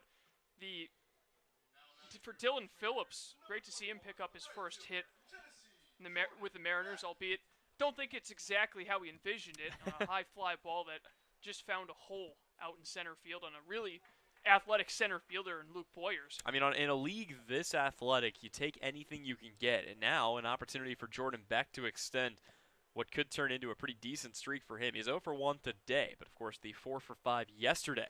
He'll watch the first pitch low. Count goes to 1-0. And as he gets ahead in the count, Tyler, we've seen it time and time again. He's not afraid to swing in 2-0, 3-0 counts. He is waiting there, sitting on a fastball. If you're going to throw one right down the middle to him on a 3-0 count, you better hope he doesn't square it up. Yep, a guy that has been very good in the field, recently starting to pick it up with his bat, and he is certainly a guy that trusts himself. He'll watch this one, called strike on the outside corner and down, count even at 1-1. That's one thing that I think he's done a lot better over the last couple of games where we're seeing him trending in the right direction. He covers that outside part of the plate a lot better than we saw in his earlier at-bats. He was really struggling to those pitches away, especially breaking balls to righties. The lefty here might favor him a little bit more. See what he gets from Mitchell Stone, who's been a little bit protective of that strike zone here in the early goings of this game. Here comes his 1-1. And that swung on, taken back up the middle. It'll have a chance to get through, and it will. They'll go ahead and wave Dylan Phillips. He comes around the corner, and he will score without a throw. Harwich has tied it up. Jordan Beck, welcome back with another hit here. He is now 5 for his last 7 with 4 RBIs, including 1 to even this one up. And there are runners at the corners with 2 away for Zach Preisner. Yeah, Stone had him a little bit out in front on the breaking ball, but he kind of just slapped at it and was able to send it right up the middle through Stone's legs. Just a great piece of hitting, despite being a little bit fooled by the pitch, and got a brand new ball game in the bottom of the 4th. And if he had squared that one up a little bit better, there may have been a chance to get the first baseman in Dylan Phillips, who was rounding third, but instead it kind of just rolled slowly into center. Boyers not able to make a throw, and runners at the corners here for Preisner, who is 1 for 1 today. First pitch to him, fastball down the pipe for strike 1. Count goes to 0-1. Now it's gut check time for Stone. First adversity he's really seen all game coming here in the 4th inning. Yep, he's looked good so far. Harwich has had just 2 base runners to speak of. But now an opportunity with the go-ahead run just 90 feet away here in inning number 4. 0-1 to him. Runner goes in the dirt. So reaching safely will be Jordan Beck, and now Harwich has 2 runs in scoring position here for Preisner on a 1-1 count. It's now 3 steals in his last 2 games for Beck. Didn't have any coming into the Hyannis game yesterday, so starting to really get aggressive on the base paths. You wonder if that's coincidence or it has to do with his confidence at the plate coming back. I'd say part of it is just that he's finding his way onto the base path, something he struggled a bit to do through his first several games. Next pitch misses up around the letters. Count goes to 2-1. Can't steal if you don't get on base. And he has been getting on base at a good clip here these last couple of games, trying to maintain that momentum as the product from the University of Tennessee starting to really come into his own here for the Mariners. Right now, another member of the Notre Dame Fighting Irish trying to get it done, the 2-1. Misses upstairs again. Count goes to 3-1. And I will say, if there's one guy in the lineup right now that you would want to face if you're Mitchell Stone, it would probably be Max Kodiak. So a walk here, not the worst thing in the world with 2 outs, but at the same time, it's going to be a great opportunity for Kodiak to break out of his slump. See if you put something in the zone here to Preisner. 3-1, a hitter's count. The pitch on the way. And Preisner swings at it and pops it a mile high up into the fog. Should be playable. Drifting out is Curiali. Comes across and makes the catch for out number 3. So the Mariners even it up, but leave 2 in scoring position to the 5th inning we go here on the Harwich Mariners YouTube network.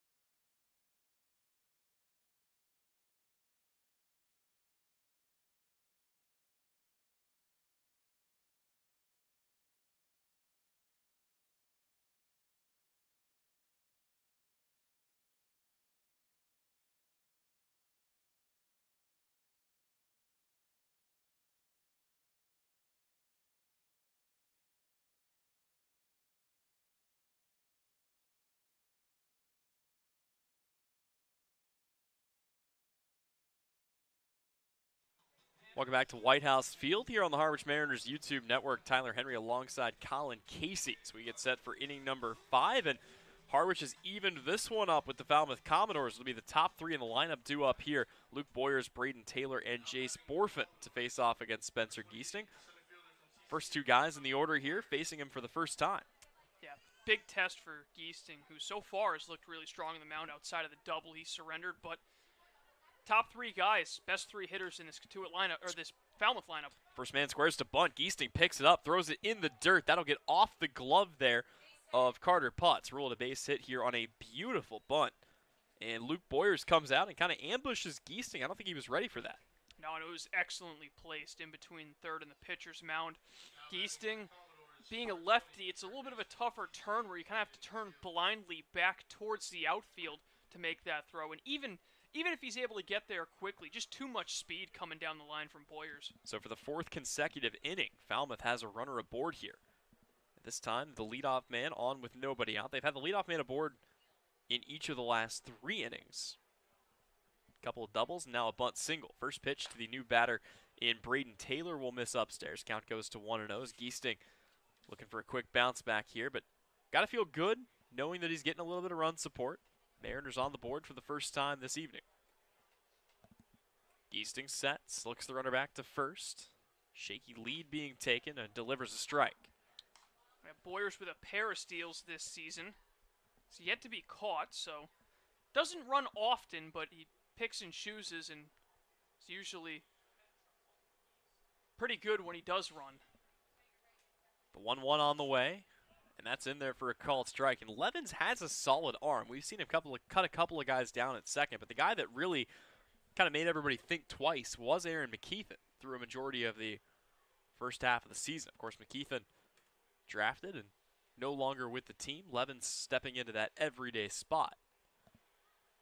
As the 1-2 from Geesting is just low, count goes even at 2 apiece. Pat Winkle, also another guy with a really strong arm behind the plate, so not to discredit Levens, but he certainly had some big shoes to fill, and I've been really impressed with what we've seen from him defensively after not exactly being the everyday starting catcher for the Mariners. Yeah, certainly I would argue one of the better walls behind the dish as this one misses off the plate. Count goes to 3-2. But with that being said, Tatum Levens clearly far and away this season the best hitter of the 3 catchers that we just mentioned between himself, McKeithen, and Pat Winkle. Yeah, no question. Just finds ways to get on base despite just the 1 home run. It's really all about how he just hits to all fields and knows how to get on base at the top of the order. Runner goes. Late throw down to second. It almost comes in and hits him. It'll be cut off there by Preisner. But it will be a strikeout here of Braden Taylor for the first out of the inning.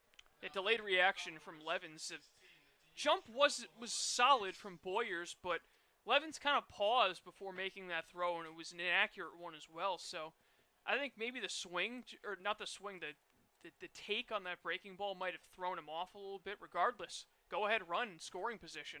So Luke Boyers on second, as you mentioned. The go-ahead potentially for the Commodores. Jace Borfin at the plate, the leader in RBIs, and a little jam shot that'll chase Brock Wilkin out. And a basket catch made by Wilkin over the shoulder for out number 2. What a play. I mean, I thought there was no shot that ball wasn't going to drop down that third baseline when Borfin made contact, but Wilkin just calm, cool, collected behind third making that play. I mean, he's got all the tools to develop to become a 5-tool player. If he can obviously get his speed up a little bit more, but the defense, the glove, the arm, second to none. You say that, but he did, to be fair, have a stolen base Yeah, last night against the Harbor Hawks, believe it or not. So the runner stays in scoring position here for Chris Armstrong. First pitch to him, he swings at it, takes it to Wilkins, scoops it up, looks, turns, throws to first in time, and that is the inning. So no damage done here. Commodores, another scoreless inning. Harwich up to bat. It'll be the 9-1-2 hitters when we come back here on the Harwich Mariners YouTube network.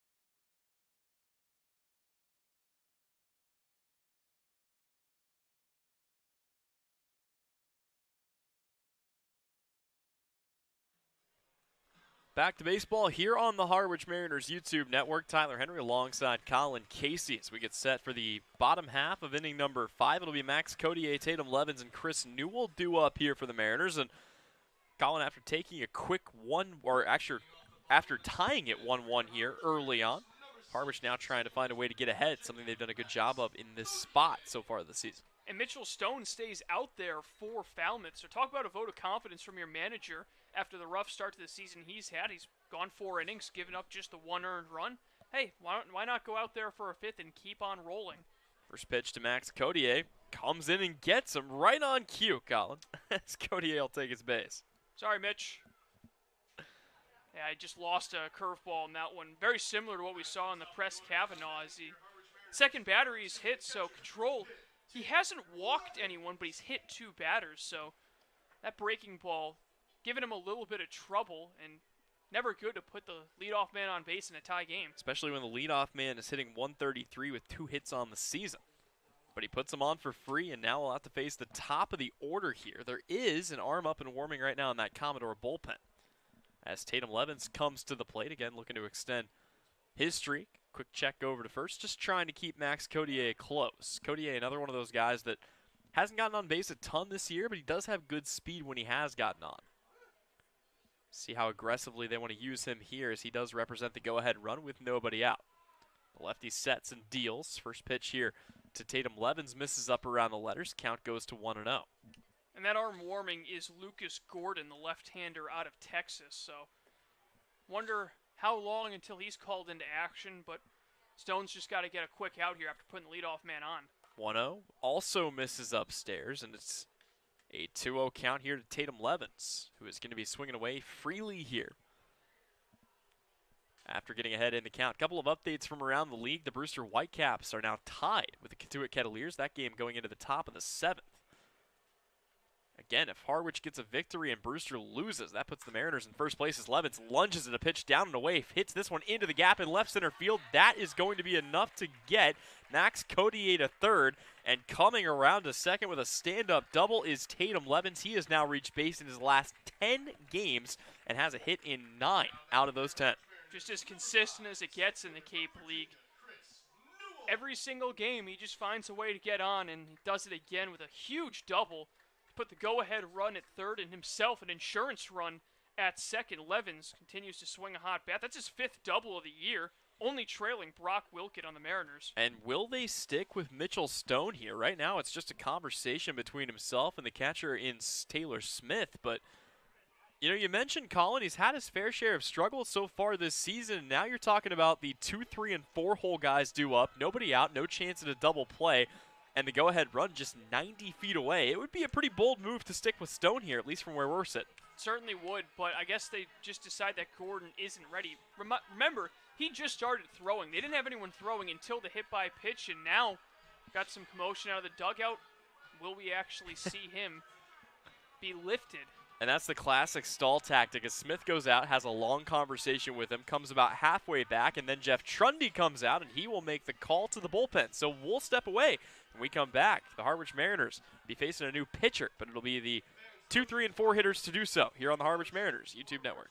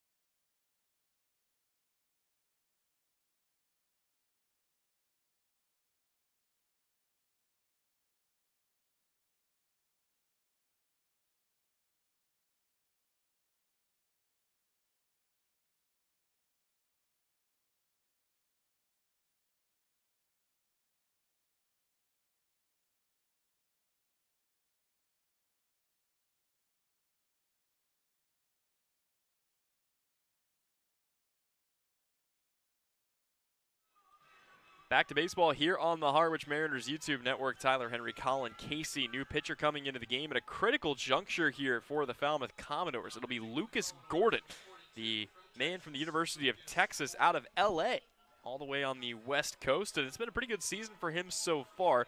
He's made just 2 appearances. He's kept his ERA down to 2.25 in 4 innings. He has a save, and he has given up just 1 run on 1 hit, 4 strikeouts, and only 2 walks. He will be thrown in here at a very critical time for the Commodores, as Harwich has got the go-ahead and a potential insurance run on 2nd and 3rd, and Chris Newell, Brock Wilkin, and Carter Putz due up next with nobody out. Yeah, reliable lefty for Falmouth this year, reliable lefty for the University of Texas in the spring. 19 appearances, only 1 start, 3.32 ERA, did notch a save through 21 2/3 innings pitched. He struck out 19 while only walking 9, so a pretty solid ratio. And opponents hit 197 against him, so just the guy you want in a situation like this. Of course, it's a tall order for him to get out of this inning unscathed with the 2, 3, and 4 hitters coming up. And we've talked a lot about how the Mariners, again, they could potentially jump up and take first place in the East, but Falmouth is also kind of battling for something big here today. If they get a victory and Wareham comes away with a loss to the Bourne Braves, which, if we know anything about Bourne, is almost likely at this point,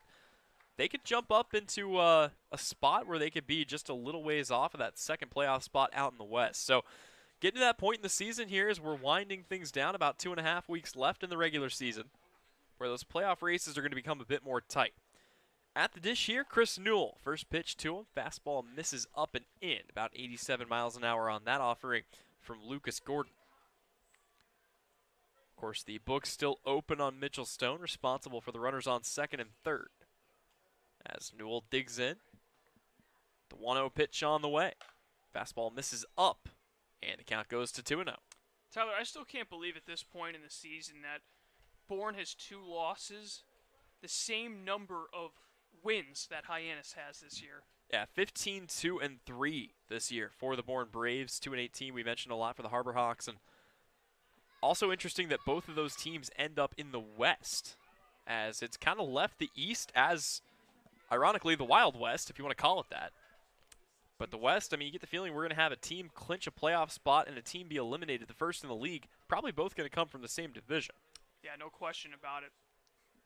Not enough time, really, for Hyannis to even get a little bit of momentum.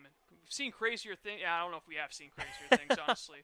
2-1 to Newell's a breaking ball, 71. And that'll get in there for a called strike. So it's 2-2 here on Chris Newell. He is 0 for 2 today, a flyout and a strikeout. Hitting at a big spot right now, facing the ever-dangerous Lucas Gordon. Brock Wilkin stands on deck. Mariners trying to go ahead. Runners on 2nd and 3rd here in inning number 5. Pitch on the way. This one slapped down the line. It'll be scooped up, and everyone holds. Good play there by Armstrong. Thought that might have had a chance to sneak by him, but ultimately Armstrong comes up with it, and it's an easy step on the bag for out number 1. A little bit surprised that Cody didn't take off right away, but then again, any ground ball you're a little wary of if you're at 3rd base, especially with the infield playing, at least the corners were playing in.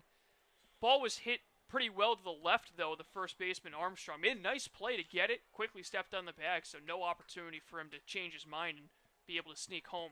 And he does get a little bit of instruction from the 3rd base coach, so you wonder if that may be part of what that conversation was, as Brock Wilkin steps in now. First pitch to Wilkin. He's swinging at it, pops it high in the air. This one drifting into foul territory. Armstrong will chase it to his dugout, run out of room, and while a fan trying to make a basket catch, Brock Wilkin makes it look easy. To be fair, Brock Wilkin also has a glove on.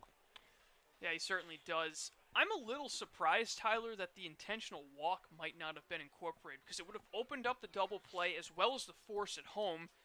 Carter Putz, still a dangerous hitter, but no home runs on the season. Meanwhile, Brock Wilkin, of course, leading the team with long balls. And Wilkin also a right-handed batter against the left-handed pitcher. He'll send this one near the middle. It'll be scooped up at second by Curiali. Throw to first is in time, but Brock Wilkin drives in the go-ahead run. The Mariners lead it 2-1. And not trying to do too much. He's your team leader in RBIs for a reason. Does what's asked of him in critical situations. Puts a bat on the ball, able to get on top of it so he didn't pop one up. Hit one right on the ground to second. Plenty to get Codier home and give the Mariners the lead. And critically, that does also move Tatum Levens over to 3rd base. So if Carter Putz can find his way aboard here with 2 outs, another run could come across. Perhaps some insurance here for the Mariners, who lead at 2-1. First pitch to him. Swing and a miss. Trying to slap one up above his eyes. And that second run puts Stone in position to pick up the loss, which is unfortunate because it's not really indicative of how well he had pitched prior to this bottom of the 5th inning. Yeah, pretty good outing for him, all things considered, especially as we've talked about a little bit before with kind of the way his season started. And also, nothing too tough given up here by Lucas Gordon. He's retired both of the first 2 hitters that he's faced. He's done his job, but with that runner on the hook, Stone, as you mentioned, in line for the loss. Harwich looking to make it a 2-run lead here. Pitch on the way, and a swing and a miss. Behind that one was Carter Putz. He falls behind 1-2. Nah, Falmouth can get out of this inning. It's certainly a win for the Commodores, and hopefully the offense for them could take some momentum out of it because second and third, nobody out. It's really hard to ask for anyone to get out of it unscathed. 1 run feels just as good. Yep, Putz will have to shorten up on the bat a little bit. The 1-2 pitch. That'll miss up and out. And just as the Harwich Mariners take the lead on the Falmouth Commodores, the Brewster Whitecaps take the lead on the Katuitt Kettleers. So right now, Brewster trying to cling to that half-game lead that they currently hold in the East. Such a resilient team. Even when they're not doing too well, all of a sudden they just spark for that big inning, jump out in front. 2-2, misses in the dirt. Good stop there by Smith, as that's another option for Harwich to bring a run across. So 3 balls, 2 strikes, 2 away for Carter Putz, facing off against Lucas Gordon. Insurance run just 90 feet away. The Mariners leading it 2-1 here in the bottom half of inning number 5. Gordon working out of the windup with a runner on third, brings home the payoff pitch. And that one swung on and slapped into left field. That'll get down, and that's an RBI single for Carter Putz, his 8th ribby of the season. And the Mariners lead it 3-1. Once again, situational hitting. You're down 2 strikes.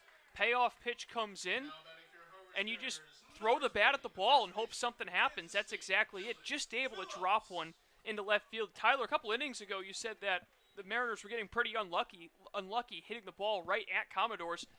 Not the case anymore. They're starting to find those gaps. Yep, these are the things that kind of start to even themselves out throughout the course of a game, if not throughout the course of a game, throughout the course of a season. As the first pitch to Dylan Phillips is in there for a called strike. Phillips picked up his first hit here in his debut. And he's been swinging at the first pitch so often, we haven't even had a chance to mention some of the other accolades that go along with the newest addition to the Harwich Mariners. Mentioned 16 home runs in 2021, tied the program record as he'll watch this in for a strike. His 31 career home runs are 4th all-time in program history. But my favorite fact about the aforementioned Dylan Phillips, he played for a team in the Kansas Collegiate League, and I'm not making this up, I promise this is true, the Sunflower Seeds is the team name. As the 0-2 is swung on and hit high in the air. This one will chase the catcher back to the backstop. He'll run out of room, and that will keep the count at 0-2.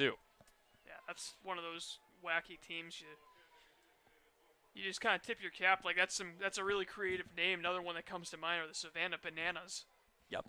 Well, and of course, keep in mind, it's not like he went to play for a team with a typical name. He went from the Sunflower Seeds to the Mankato Moondogs. I'd love to see his closet. Some fun merch in there for sure. Right now playing for the, I guess, much less interestingly named Harwich Mariners, as the 0-2 is swung on and fouled away. Phillips does a good job of fighting it off. Yeah, some people might be like, oh, Mariners just ripped it off from a baseball team. That's not the case. The Harwich Mariners had the name before the Seattle Mariners were formed out in the 70s. Yep. Part of the reason they were not asked to change their name, as the Hyannis Mets became the Hyannis Harbor Hawks. A couple of other teams changing things up as well. Phillips working with an 0-2 count. Here comes the pitch, and he will watch that upstairs for ball 1. Oh, and this Mariners team has actually won championships. Oh, ouch. Why'd you have to do Seattle like that, Colin? What did the city of Seattle ever do to you? Wasted the prime of Ichiro and Ken Griffey Jr.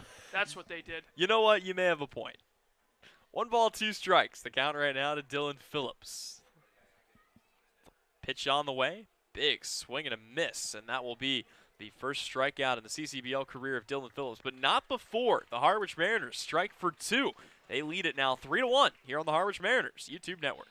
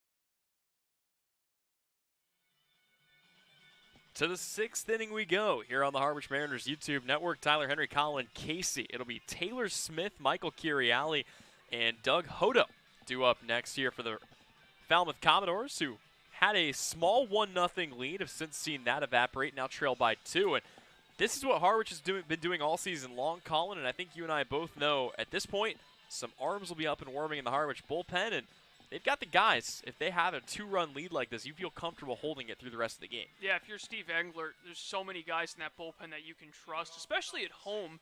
I know we talked about home and road a lot, but especially at home, it seems like these Harwich Mariners pitchers just feel so much more confident, pound the strike zone. It's been really special to see this season, especially after they started the season 1-2 at White House Field. Yep, and it was kind of a rough start to the year here for the M's, but it was the same situation we saw back in 2019. Harwich kind of got behind the 8 ball and then found a way to come back stronger than ever. First pitch spiked in the dirt. May have been just a little bit too much grip there for Spencer Giesting, who's out for another inning of work. And I guess the other advantage with Giesting taking over for Seidel midway through that 2nd inning, he's essentially a starter, and he comes in a little bit of a stagger for him here. So this is only the 3rd full inning of work here for Spencer Giesting. His 1-0 pitch swung on and popped a mile high. This will chase Levens back a bit, and he'll run out of room as that one gets back behind the backstop.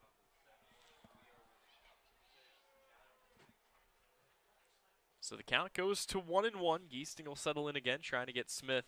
He has now faced everybody in the lineup. The only true hit he's given up was to Smith, who doubled off of him to start the 4th inning. Did give up a bunt single to Luke Boyers and walked Anthony Hall, but just 3 men aboard since he took over. The 1-1. Chopped foul down the 3rd base line. And that line drive that Smith hit one of the banners out there on the fly, so he really got a hold of it. In some ballparks, that's clearing the fence. And kind of going back to our point about the bullpen and the guys that you would trust in a situation like this, obviously Owen Cody, who has developed into a disgusting closer here for the Harwich Mariners. He's been virtually unhittable. You also have Danny Wilkinson, Bo Keithley. Liam Simon pitched last night. He's looked good this year. Alex Reyes looked pretty good as well. So a number of guys right now for the Mariners, but they don't really need them because right now Spencer Giesting is still, again, just in his 4th complete inning of work here, and he's got a 2-2 count on Taylor Smith. Which is so important considering they don't want to use up any more bullpen arms that they already used yesterday. Yep, had to go through a number of guys, including Wyatt Scotty, who made his debut yesterday. As this will miss up and out, it'll be a full count to Taylor Smith. Harwich has brought in a couple of new arms, and one that's on the way, kind of a more interesting one for the M's. They will have a returning old friend from James Madison. Swing and a miss, strike 3. Taylor Smith becomes the first man retired. But back to that point really quickly, Nick Stewart. We have it on good authority, potentially returning here to the Harwich Mariners in 2021. Yeah, good to see another familiar face coming back. Stewart, of course, the right-hander who was a really good long relief option. Essentially what Giesting's doing now, this is what Nick Stewart was known for in 2019.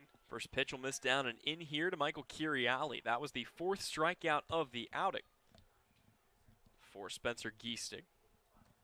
Looking to get a few more quick outs here, and again, we'll see how Harwich wants to play the bullpen game down the stretch here, but as long as Giesting remains solid, which he has so far, really no reason to pull him prematurely. Count goes to 1-1. And this is, like you mentioned earlier, essentially a tryout for him potentially to get back into the rotation. Again, we're still not exactly sure what's happening with Billy Seidel, but he's proven himself right now to be a reliable guy in this one. 1-1, fouled back to the screen. He also looks a lot more comfortable when he does get the start than when he comes out of the pen. He looked good out of the pen today, but his best performance, arguably, still that game against Wareham.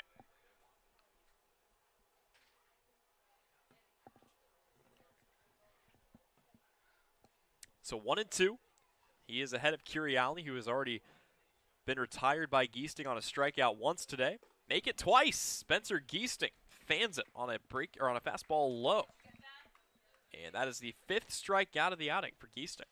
Yeah, he's got the strikeout pitch working, which is always good, especially when it's not coming at the expense of walks like we've seen him so far this year. He's been able to get guys out, throw quality pitches, but they're also strikes. They're not just, balls that have been chased after. He's able to get that chase pitch against this Falmouth lineup, but hasn't been at the expense of throwing way too many balls and racking up his pitch count. And I don't know if we've given the specific number as this first pitch misses in the dirt. Giesting coming into this outing, 6 strikeouts, 11 walks. And that's kind of the glaring number that pops off the page at you. But so far in this one, he's looked much better. He's walked just 1 guy, 5 Ks on the day. And now trying to bounce back after falling behind 1-0 to Doug Hodo. Hodo waves at the next pitch and misses, count even at 1-1. Yeah, Hodo having a tough time at the plate here, trying to avoid the hat trick. Of course, the only other batter, actually the only batter in the lineup with 2 strikeouts already, and he'll fall behind 1-2, fouling this one off his foot. He comes into this game with 3 on the season through 5 games, so he's about to double that if Giesting's able to get him and punch out the side. Yep, Giesting had his number earlier. I believe got him with an off-speed pitch. See what he goes to here, 1-2. Giesting working out of the windup. The southpaw from Charlotte kicks and deals. This one's going to be jammed out, drifting into foul territory, but settling under it in foul territory and making the catch is Phillips. And that is another 1-2-3 inning, actually the first of the day here for Giesting. So a quick top of the 6th. To the home half we go. Mariners lead it by 2 here on the Harwich Mariners YouTube network.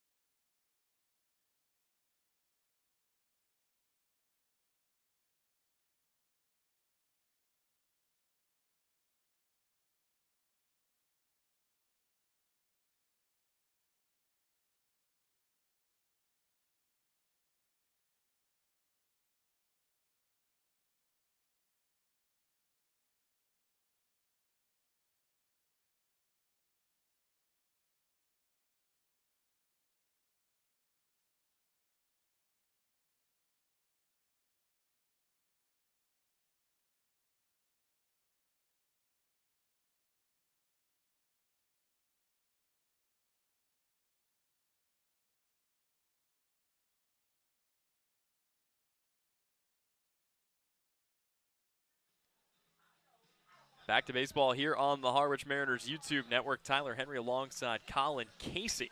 And the Mariners holding a 2-run lead, which I think early in the season, Colin, you and I both would have agreed that a 2-run lead probably doesn't feel all that secure. At this point, you look at the number of innings remaining, and you do kind of get this feeling in the back of your mind that Harwich has the wherewithal and the pieces to keep this one ahead. They certainly do, but that's why the game isn't played on paper when you've got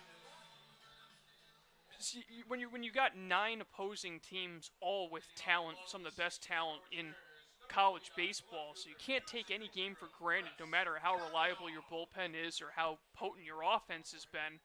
Got to keep padding that lead, and Harwich has done a good job of that all season long at home, where they've gotten even more and more insurance runs to assist that bullpen, not putting pressure on them. Seems like at the beginning of this winning streak, or rather the lack of a losing streak for the Harwich Mariners, they were winning games really close. A couple of 1-run victories, a couple of 2-run victories, and then little by little they started really capitalizing when they had the opportunities. And as of late, they've been winning games in convincing fashion.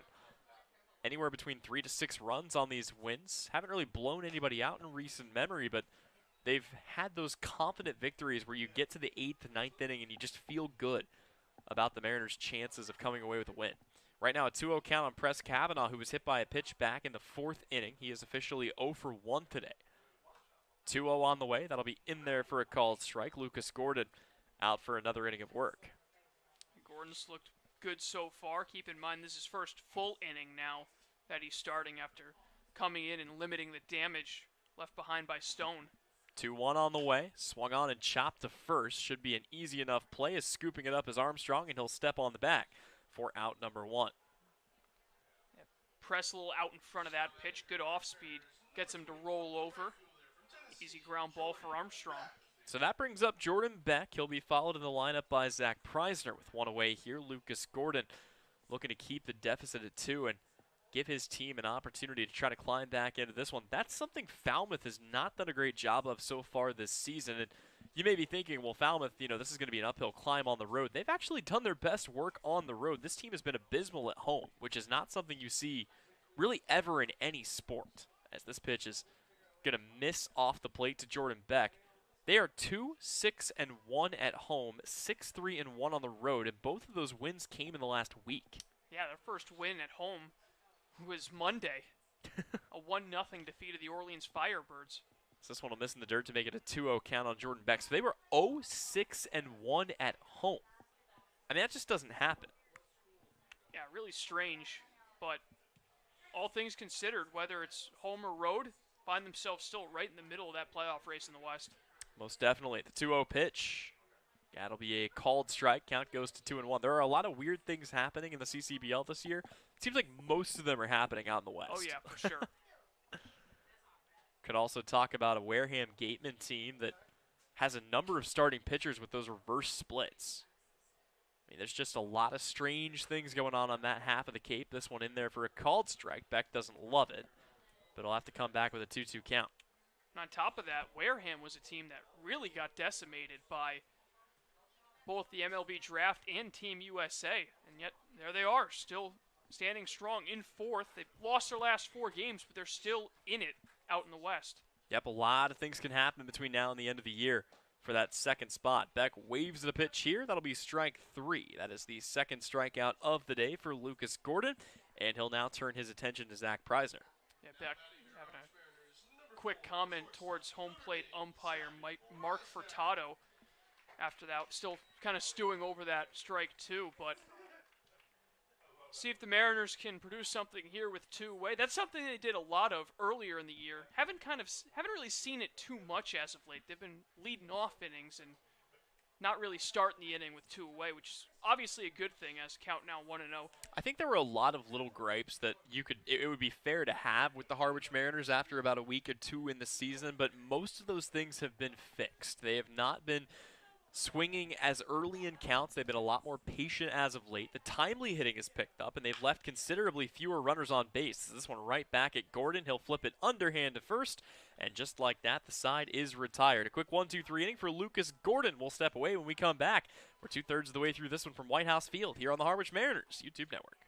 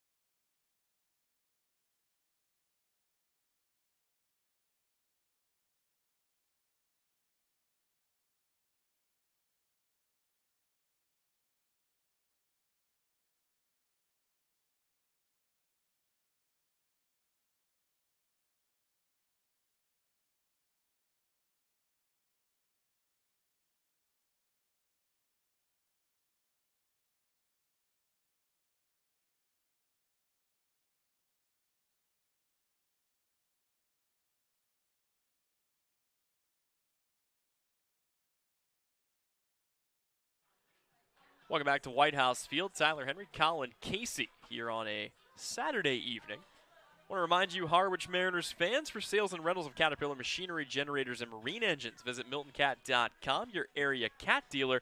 Milton Cat, the Cape and Islands Caterpillar dealer, is proud to be a sponsor of today's game. And as the fog sets in for the final 3 innings of play-by-play, turn it back over to my broadcast partner, Colin Casey. Colin, take it away. Thank you, Tyler.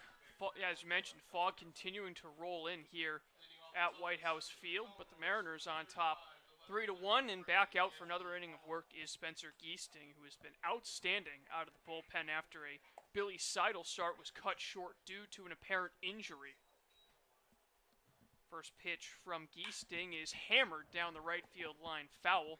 That one coming off the bat of Anthony Hall, who has reached base twice today. And I'll tell you what, anything hit down the line, that's going to be a tough call with the fog right now from the home plate umpire who usually makes that call. That one not particularly close, but you never know.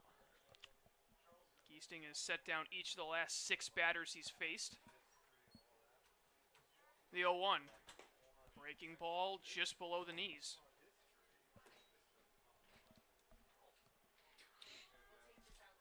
Anthony Hall out of the University of Oregon. Swings at the 1-1 and fouls it off. Yep, teammate of Harwich Mariners pitcher Andrew Mosiello, another guy that we may see slotting into that starting rotation as he's already gotten a couple of starts this season. Call out of San Diego, California. Taken out of high school in the MLB draft. Grounder to first. Phillips underhands it to Giesting, who's able to beat the rising sophomore to the bag and make it 7 in a row retired by Spencer Giesting, 1 down in the top of the 7th. And these quick outs have really helped, not only for his confidence in kind of filling up the zone, but also it's kept his pitch count down. Right. And it's really allowed him to go to work on batters when he's wanted to. So that's kind of a good luxury to have as a pitcher, and so far so good for Spencer Giesting. Danny Wilkinson has begun throwing in the Mariners bullpen, so see how much longer or how much more Giesting has in the tank. Good start to the at-bat against Cody Colden as he gets a breaking ball over for a strike. Colden 0 for 2 with a strikeout. Again, looking to really get back into the swing of things. He has not had a strong start to his Cape League season. Yeah, and you get the feeling, I mean, Wilkinson seems like the perfect 1 or 2 inning guy if you don't want your closer in.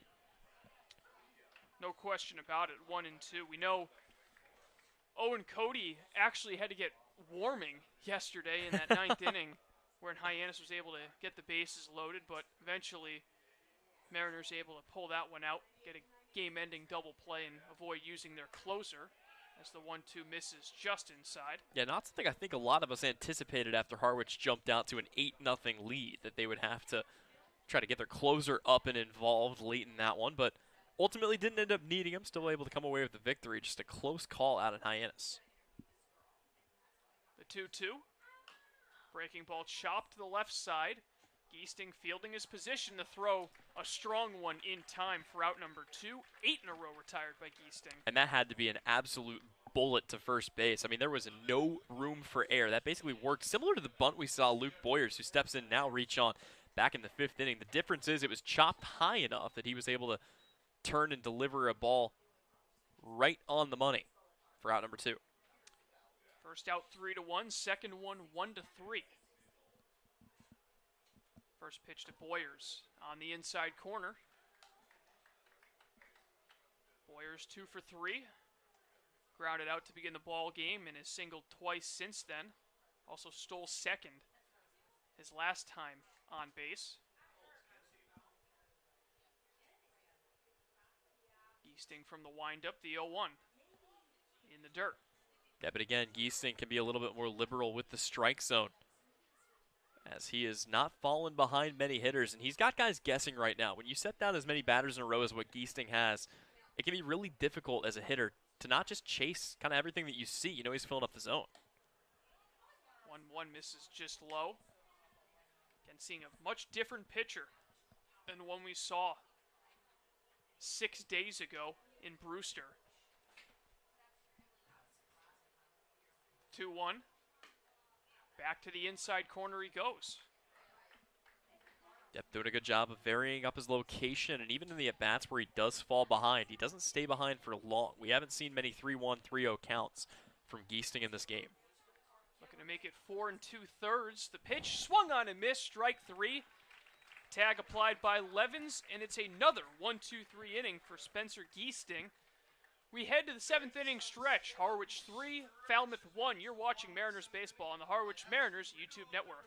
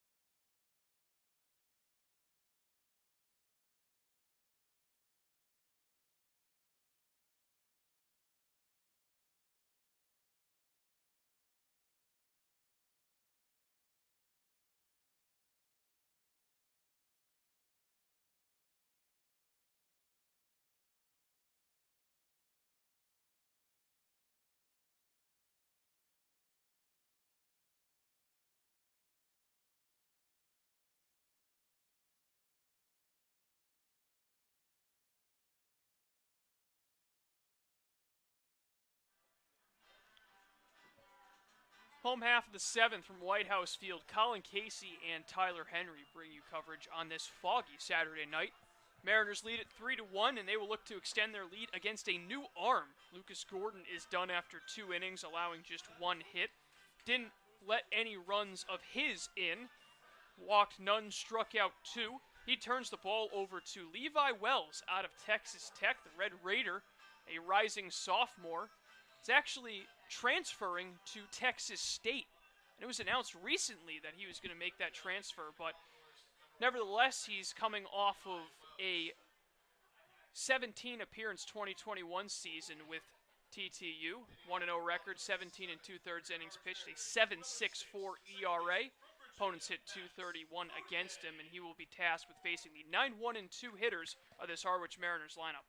Yep, and again, you mentioned that 3.12 ERA, 12 strikeouts, only 7 walks this year. He's looked pretty good trying to hold the deficit to 2 here and give his bats a chance to try to get back into it, but easier said than done. Falmouth already down to their final 6 outs. First pitch, and Wells will miss low to Max Codier, who reached on a hit-by-pitch his last time up and came around to score. Yeah, Wells looking considerably better in the CCBL than he did in the spring with TTU. Sometimes that's all it takes is a fresh start after a tough spring, and all of a sudden you're right back on track. Take some momentum into his first year with Texas State next spring. 1-1, and Codier lifts that one foul over the Mariners dugout down the third base line. It's the same Texas State team that put together a pretty impressive, I don't know if I'd call it a full-blown tournament run, but did make some noise in the NCAA tournament. A couple of teams from Texas, between Texas State and Abilene Christian, some pretty major upsets out of the Lone Star State. 1-2 to Max Codier, hit on the ground up the middle, tough play at second. Correali's throw is high, and able to beat it out is Codier. He will be credited with an infield single, and a much-needed one for Codier, who had been on the schneid for a while, and he reaches base to begin the bottom of the 7th. Yeah, and little by little, he gets out his first time up. He gets hit by a pitch, comes around to score a run, and some solid contact and good speed down the line. Gets him aboard here to lead the Mariners off with a single. And here comes the top of the order. Tatum Levens, Chris Newell, Brock Wilkin. It was Codier who started that 5th inning reaching base, so maybe a little bit of deja vu for the Mariners.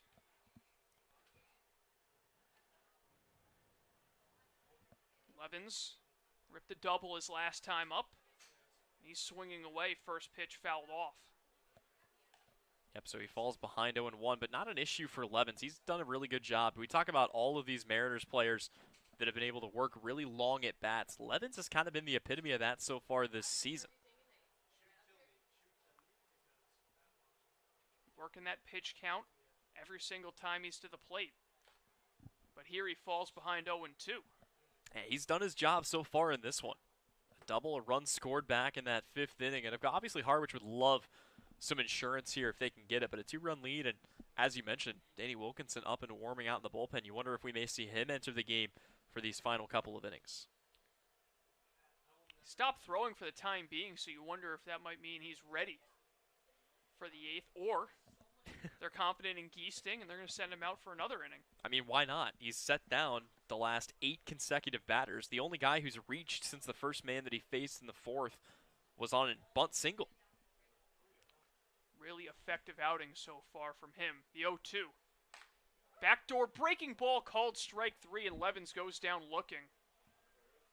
Nice looking curveball from Levi Wells, and a big out number 1 for the Commodores. Yep, first strikeout of the day there for Levi Wells, and now he'll try his luck against Chris Newell, who after a really big couple of days, a little bit slower of an outing today. 0-for-3, a strikeout, fly out, and a ground out.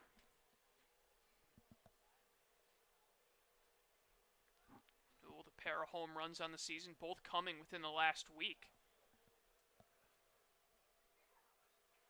Runner goes, first pitch, check, swing, he holds up the throw. Not going to be in time. Codier able to swipe second, the tag just a little bit late. And Max Codier has his first steal of 2021. Yep, another guy with really good speed, just hasn't had a ton of opportunities on base, but now that he's getting on, We really do see it. And even a good throw on the right side of the bag, I don't think was going to cut him down there, regardless of who the catcher was. Team leader still Press Kavanaugh with 4 stolen bases on the year. A 1 from Wells misses below the knees to Newell.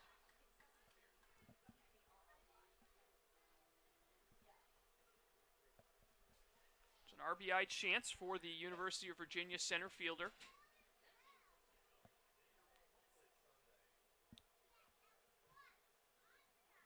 Wells looks at second. Now comes home. Skipped in the dirt. Great stop by Smith. Both catchers in this game have done an outstanding job at stopping those breaking balls in the dirt. Yeah, and you kind of have to. You don't really have the luxury in a league as prestigious as this of being a good, solid hitting catcher that doesn't have the defense, because there's so much speed in this league and so much heads-up base running. You can't afford to give up those runs at any point. Wilkinson getting loose once again in the Mariners bullpen, so maybe we will see him in the top of the 8th, but right now the Mariners just trying to pad on to their 3-1 lead. Just joining us, Jordan Beck kicked the scoring off with an RBI single in the 4th, and the Mariners grab a couple of more in the 5th thanks to an RBI ground out from Brock Wilken and then a 2-out RBI single from Carter Putz. The 3-1 to Newell. Swung on and missed, so that'll fill the count. Yeah, Newell has done a lot of his damage on 2 big swings of the bat. Obviously, the 2-run home run that gave Harwich the tie against Orleans here at White House a couple of nights ago, and a big home run again a couple of days ago in addition to that. So 2 home runs and 6 of his RBIs coming in just 2 games. Notched the M's only triple of the season last night against Hyannis. Payoff pitch, and that one sent in the air out to center field. That'll chase Boyers back, but he'll stand in front of the track, make the catch. Tagging from second up to third is Max Codier with 2 away. Brock Wilken, another opportunity to add to his RBI total. Yep, runner 90 feet away, 2 outs. Harwich has been in this situation before. They were able to score a run in this very situation back in the 5th. They actually scored 2 runs on 2 separate occasions doing the same thing. So Wells looking to get out of it, keep the deficit at 2. They'll have to get Wilken out, who is 1 for 3, singled in the 1st, struck out swinging in the 4th, and drove in a run via ground out to second in the 5th, and he takes a big cut, can only foul tip it. And that run does feel really big, that 1 insurance run to make it a 2-run lead. And the Mariners, again, a lot of options here as to how they want to play this, but kudos to Wilken, not trying to do too much, not trying to hit a home run, just puts it on the ground and brings the run across. From the wind-up, the 0-1 on the outside corner.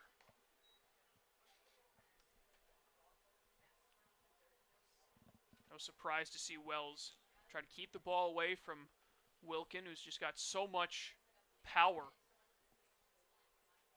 Able to load up on that inside part of the plate. See what Wells goes with here. Ahead 0-2, and time is called.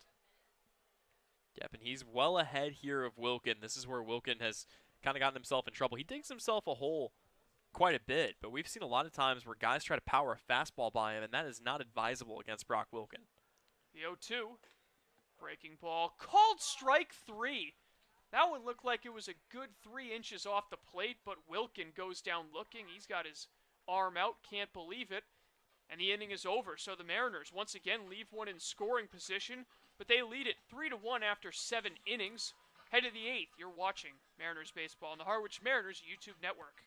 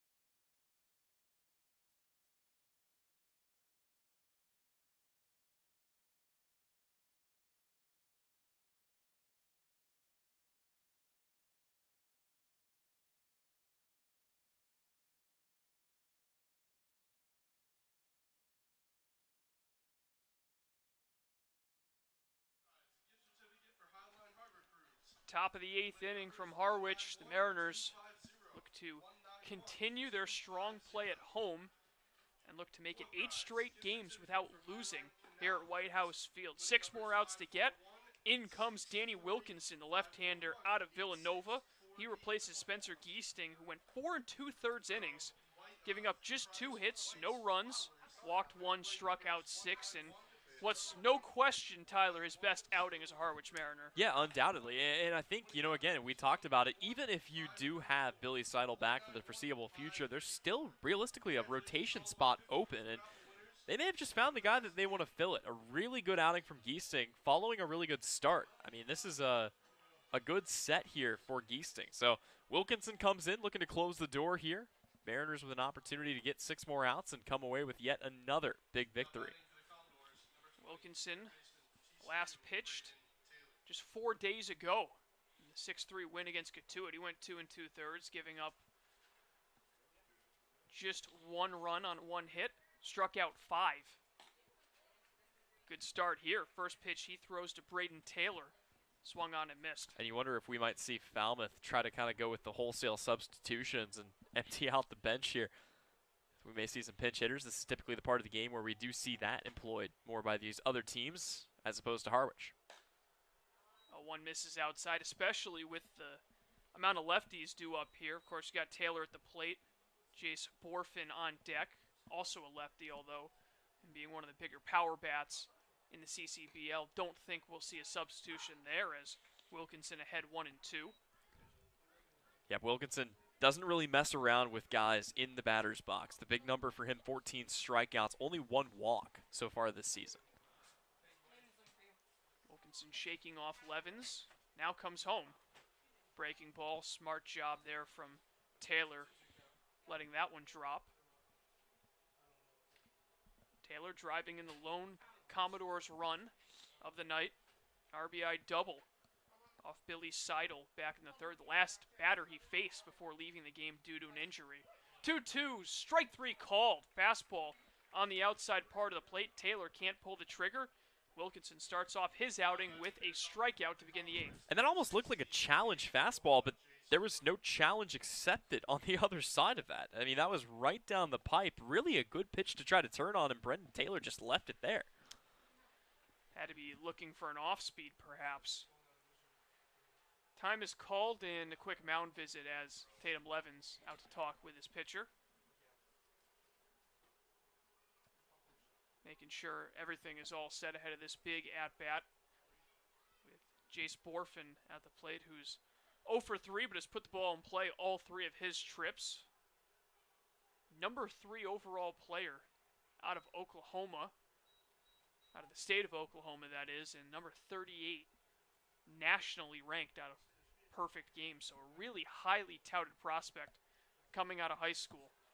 First pitch to Borfin is right there for a strike. Yep, and once again gets ahead of another hitter and not shying away from the guys here in the heart of the order for the Commodores. Southpaw comes home and skips one in the dirt. It's one thing that Wilkinson is known for, tries to keep the ball down in the zone and get guys to chase after that big hook he has.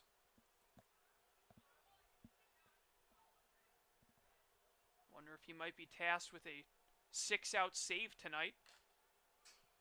Fastball at 91, foul tipped. Certainly could be the case. Anytime you can give Owen Cody a bit of a break out there in the pen, that's an opportunity you have to take advantage of. And you have to think with Harwich kind of finding the number of some of these guys offensively for Falmouth, this might be a good night to give him that rest. 1-2 breaking ball misses just outside. Missed quite a ways outside, but Levens really trying to sell the old frame job there, pulling that back into the zone. Mark Furtado not buying. 2-2. Breaking ball. Good job laid off by Borfin. And he's able to work the count full. Yeah, a couple really decent pitches here, trying to get Borfin to chase, but Borfin not offering. This is part of the reason he's been so dangerous this year for Falmouth. Came into today tied in the team lead in walks, but here he strikes out on the payoff pitch as Wilkinson climbs the ladder on him. Back-to-back punch-outs to to begin the 8th for Danny Wilkinson. The Mariners 4 outs away from victory. Yep, 2 up, 2 down, both strikeouts. And if you get through the heart of the order here, the guys that you would be facing next, it's been a good day for Taylor Smith. But beyond that, no hits for the next couple of spots in the order. So it'd be interesting to see if they stick with those guys or, again, if they decide to go to somebody different. There's Chris Armstrong, first pitch on the outside corner to him. He's 0 for 3. Strikeout and a pair of groundouts.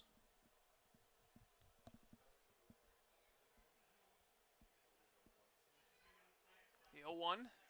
Fastball misses up and away. This Falmouth team, famous for that insane run they went on in 2019 to close out the CCBL season, but magic kind of just disappeared once they got to the playoffs, as they bowed out relatively quickly. 1-1, big swing by Armstrong, and he can't come up with it. I mean, you got to think, going through a stretch like that has to be exhausting. You just get the feeling they got to the postseason and just didn't have anything left in the tank after going through all that work just to make the final spot. Breaking ball, swung on and missed, strike 3. Danny Wilkinson comes in the 8th and strikes out the side on the Commodores. Head to the home half of inning number 8. Harwich with a 2-run lead. You're watching Mariners baseball on the Harwich Mariners YouTube network.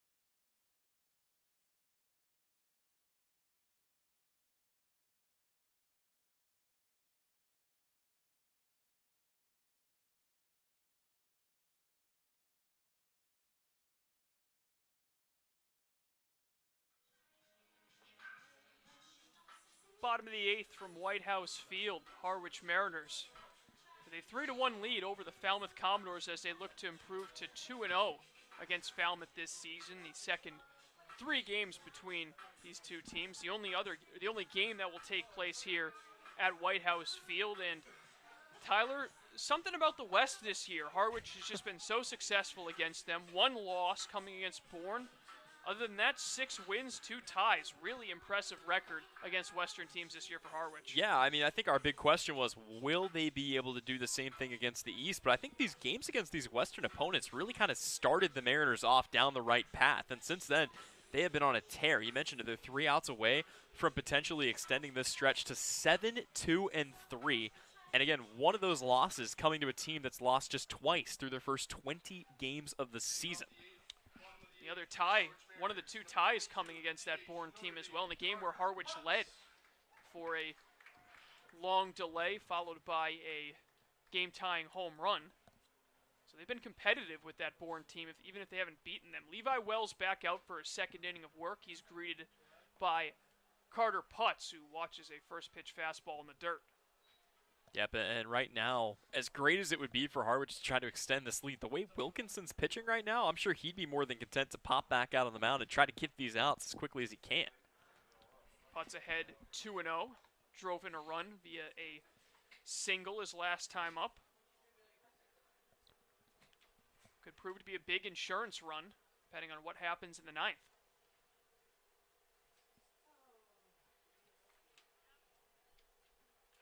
2-0 misses up and in. Speaking of those Bourne Braves, at it again, up 1-0 in the 5th inning at Spillane Field against the Gatemen. So look to continue that red-hot start that they've been on. It's not even a start anymore. We're halfway through the season. 3-0 is a called strike. Yeah, it's starting to get to crunch time here as we head into the back nine of this season. Also, don't want to jinx it, although at this point it's so late into the game it would be almost difficult to do so after this next pitch, which is a called strike. This could be one of the fastest games the Mariners have played in a very long time. If you count the time extended by weather delays, this is a Mariners team that has spent a lot of time on the baseball field. Last night's long affair, 3 hours and 40 minutes. As the payoff misses, it'll be a walk issued here to Carter Putz. So 3 hours and 40 minutes yesterday, 3 hours and 45 minutes thanks to the fog delays with Orleans, 3.5 hours in the game against Katuitt. You have to go back to July 12th to find the last sub-3 hour game that this team competed in. Got a pinch runner for the Mariners as Carter Putz is lifted for Jake Lazaro. So the soon-to-be Liberty Flame heads to first base and represents a big insurance run with nobody out. Yep, and we've already seen the speed of Lazaro. This may be kind of more of the type of role that he slots into. It's been a bit of a rough season for him offensively, but kind of reminds you of a guy like Max Marshak from that 2019 season. Stays put at first as the first pitch is over to Dylan Phillips, who all of a sudden has a pretty big at-bat here in his Harwich Mariners debut. Good debut it has been, 1 for 3 with a run scored. You go back to that flare that ended up dropping in the 4th inning, a huge run. You wonder what would have happened if Luke Boyers out in center was able to track that one down. You'd be talking about a completely different game. Another throw over. Lazaro caught leaning a little bit, but he's able to just get back ahead of the tag. Yep, staying aggressive over there on first, certainly ready if he needs to take off for second, although again, you wonder how aggressive Harwich would get here with a 2-run lead, and the heart of the order still due up. Wells comes home. Big swing by Phillips. He was looking to put that one into orbit. Looking at out-of-town scores. Not looking too hot for the Hyannis Harbor Hawks in terms of breaking that losing streak. They trail 4-1. In the bottom of the 7th at home against the Chatham A's. So it looks like they will have to wait another day for that 3rd win of the season. 0-2, another check on the runner. Brewster, on the other hand, enjoying what's been some really good baseball as of late from the Whitecaps. They lead 7-3. Bottom of the 9th out at Lowell Park in Katuitt. Be a big win for Brewster as they try to maintain their lead in a tight Eastern Division. The 0-2, Lazaro going, check swing, ruled a ball, and Jake Lazaro able to steal second, and he is now in scoring position with nobody out. And that's a good move there by Lazaro. You get the feeling you wanted to go with how often he had been thrown over at on first base. It's kind of the just desserts, I guess, for Levi Wells, and now a insurance run in scoring position for the Harwich Mariners. One other score, Colin. Right now, 3-1 the score for YD. They lead it over the Orleans Firebirds. So if this holds, Chatham could get out of the basement in the East, but that's of little or no consequence if they can't secure a spot in the top 2 by the end of the year. The 1-2 to Phillips. Misses high. At the late game, starting at 7 o'clock at Eldridge Park in Orleans. I'm sure there's a great crowd on hand for that one, as it seems like there always is, especially on Saturday nights. Yeah, there are a lot of parks that will occasionally thin out throughout the season. Orleans is not one of them. Got that luxury of having that whole outer cape from Chatham up to Provincetown, I should say. Breaking ball misses high. And that's going to prompt a conversation on the mound right now as you see Smith come out to have a word with Levi Wells, but we've seen more and more patience throughout this game from Dylan Phillips. Yes, he had the strikeout back in the 5th inning, but he seemed to take more pitches after really lunging it the first couple pitches he saw and making contact within fly out and a single.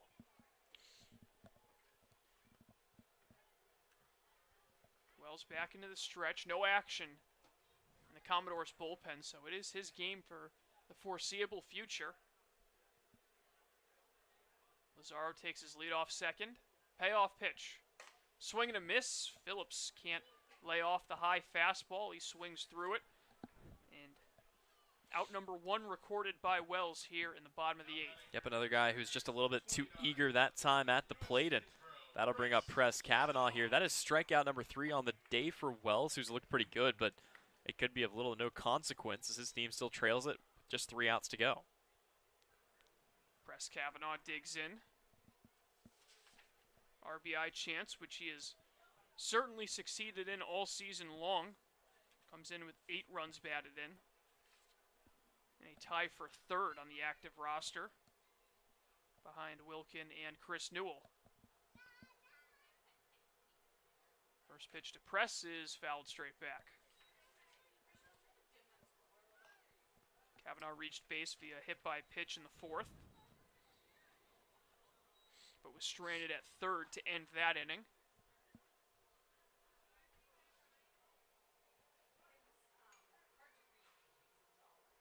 Three runs on 7 hits, no errors for Harwich. 1 run on 5 hits, 1 error for Falmouth. 0-1 is over for a called strike 2. Yep, guys being a little bit more patient here down the stretch, a luxury that they can afford. Again, the team up by 2, but it's allowed Levi Wells to really attack the zone, and he gets ahead of yet another hitter.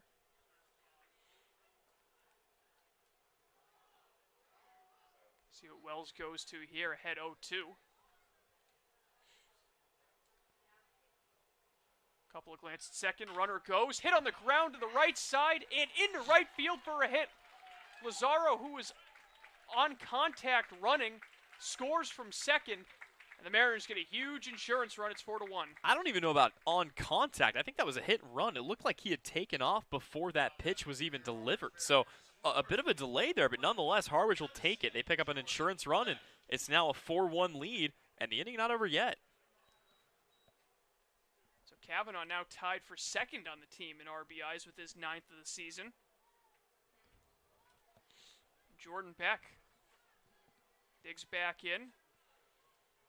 4 hits yesterday. He's got 1 in an RBI tonight. Check swing, but it's a called strike 1.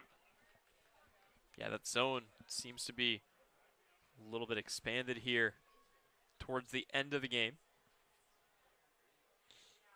Beck already a strikeout victim once today. Kavanaugh leads off first. Team leader in steals. Wonder if he might be in motion. Wells looks in for a while, and time is called.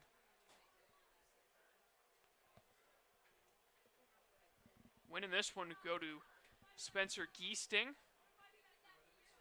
4 2/3 out of the pen, scoreless. Loss would go to Mitchell Stone, and he would fall to 0-4 on the season.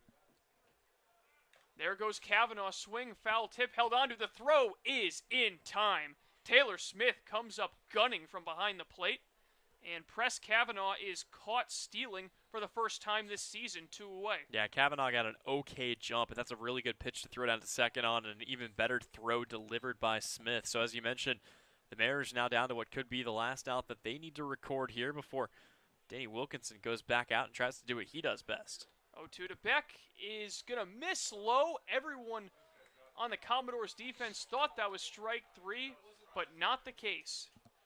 Yep, we'll have to do it again. That can rattle you as a pitcher. I mean, again, you think you're out of the inning, you're jogging back to the dugout. Next thing you know, you got to come back and go after a guy in Jordan Beck who's been seeing the ball well these last couple of days.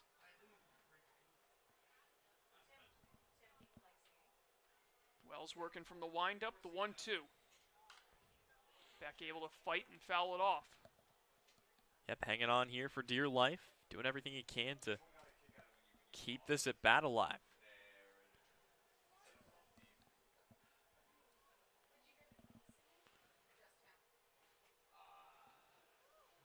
Tennessee Volunteer back into the box.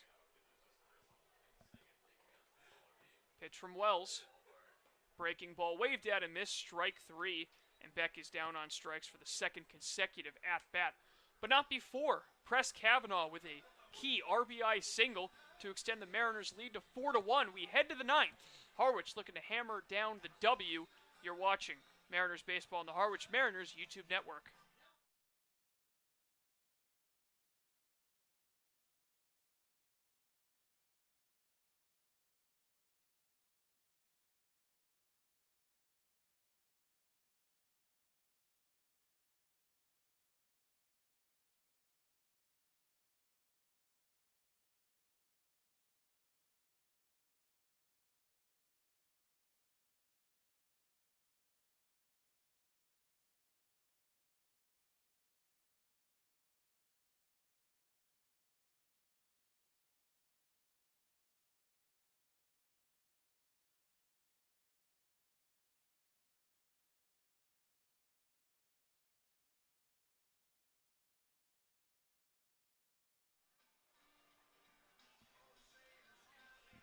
Top of the ninth inning from Harwich, Massachusetts. The Mariners look to lock up their 11th victory of the season. It'll be up to Danny Wilkinson. Not a surprise to see him back out there, Tyler.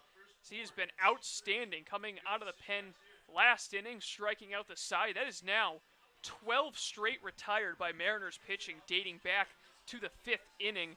Really strong performance from the bullpen, exactly what we've been accustomed to seeing so far this season from Harwich. Yeah, I mean, they've just been going after guy after guy. Wilkinson looks really good, and also keep in mind, that was not an easy part of the lineup to get through. You're talking about 3 of the guys that are up there in RBIs this season for this team, 3 very capable hitters, and he set them all down in order. The question now is, who will we see the rest of the way? It looks like Taylor Smith will be the batter for the time being here for Falmouth.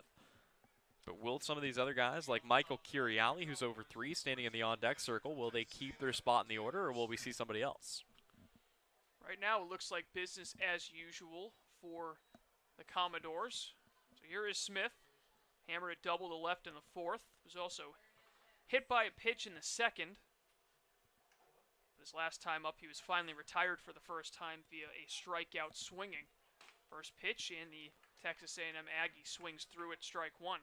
Yeah, and Wilkinson, again, just getting ahead of everybody he sees. He has been ahead of, so far, all 4 batters he's faced so far, and he's got everybody off the rhythm right now. Nobody really knows what to expect with him.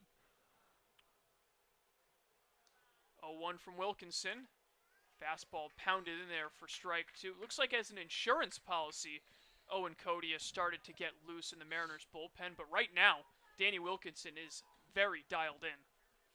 Yeah, just an insurance, as you mentioned. Never know when you might need them. Hopefully they don't, but... Breaking ball. 0-2 got him looking. That one looked like it broke 2 feet as it freezes Smith. 4 straight strikeouts to begin the outing for Wilkinson, and he has the Mariners 2 outs away from another victory. I mean, even from our perspective behind the plate, you could see how far that thing broke. And the one guy that really wasn't expecting that, Taylor Smith. That thing starts it around on his hands, drops right into the zone. Easy strike 3 call. First pitch swung on and missed. Michael Curiali. Really reminiscent of the breaking ball we saw from Clayton Kershaw early in his career, where he just had it moving 12-6 and just dropping so much. Count even 1-1. Curiali reached on a fielder's choice in the 2nd. Has struck out swinging in each of his at-bats since then. He's ahead in the count 2-1. Yeah, first guy to get ahead of Wilkinson this entire outing so far. And Wilkinson, again, nothing overpowering on that fastball, hovering around 90, but that location has been impeccable this season. 2-1, swung on and missed. And that's a theme for this entire Mariners pitching staff. Not a lot of guys that are throwing gas, but the deception and the movement that they have, second to none throughout the Cape League. Yeah, the movement, but also more specifically the location. And they have done such a good job changing the eye level of the hitter and moving it around the zone. 2-2 from Wilkinson is fouled off down the right field line. And I don't know for a fact, but I think that's the first guy who's made contact with any pitch Wilkinson has thrown. I can't remember another foul ball at any point during this outing. Whether they have or not, if you can't remember, that's usually a good sign that you're missing a lot of bats. 2-2 on the inside corner, strike 3 called. Curiali had his hands tied, whether he went or not, didn't matter. 5 straight strikeouts for Wilkinson. He looks to make it an even half dozen as the Commodores are down to their final out. And you talk about deception. 3 of those 5 strikeouts have been looking. Guys have just been leaving pitches in the zone. But again, nobody really knows what to expect right now, and Wilkinson is pitching a gem of a relief outing here. All comes down to Doug Hodo. Watches a breaking ball just miss. Levins kind of hesitated. He thought that one was there. Hodo struck out swinging in each of his first 2 trips before popping out in the 6th. This will be 15 in a row retired to end the game from Harwich pitching if they can do it. Count even 1-1. Not too often you see something like that happen, especially in the Cape League. Wilkinson's 1-1, swung on and missed. So Danny Wilkinson looking to strike out 6 consecutive batters to end the ball game. 1 ball, 2 strikes, 2 outs. Long look in. Now the pitch. He sails it up and away. Yeah, not quite the one he was looking for there, but an easy chance to battle back. 2-2 the count. Mariners looking to improve to 8-2-1 at White House Field this season. The 2-2. Breaking ball, this is put in play. Hit on the ground to third. Wilkin comes up with it. The throw in plenty of time, and the ball game is over. The Harwich Mariners take care of the Falmouth Commodores at White House Field. They win by a final score of 4-1. Pitching staff retiring each of the last 15 batters of the game. Tyler, what a performance for the Mariners. What a win to keep pace here in this tight Eastern Division. Yeah, and you pile it on to everything Harwich has been doing the last couple of weeks. They are now 7-2-3 in their last 12 games. A really tough stretch of opponents during that streak as well. And another victory here at home over a Western opponent. Mariners keep it rolling. The nerves are hot, as the 2019 team would say. And that has been very fun for us to watch so far. M's victorious here on this Saturday night. We'll wrap things up when we come back. You're watching the Mariners YouTube network.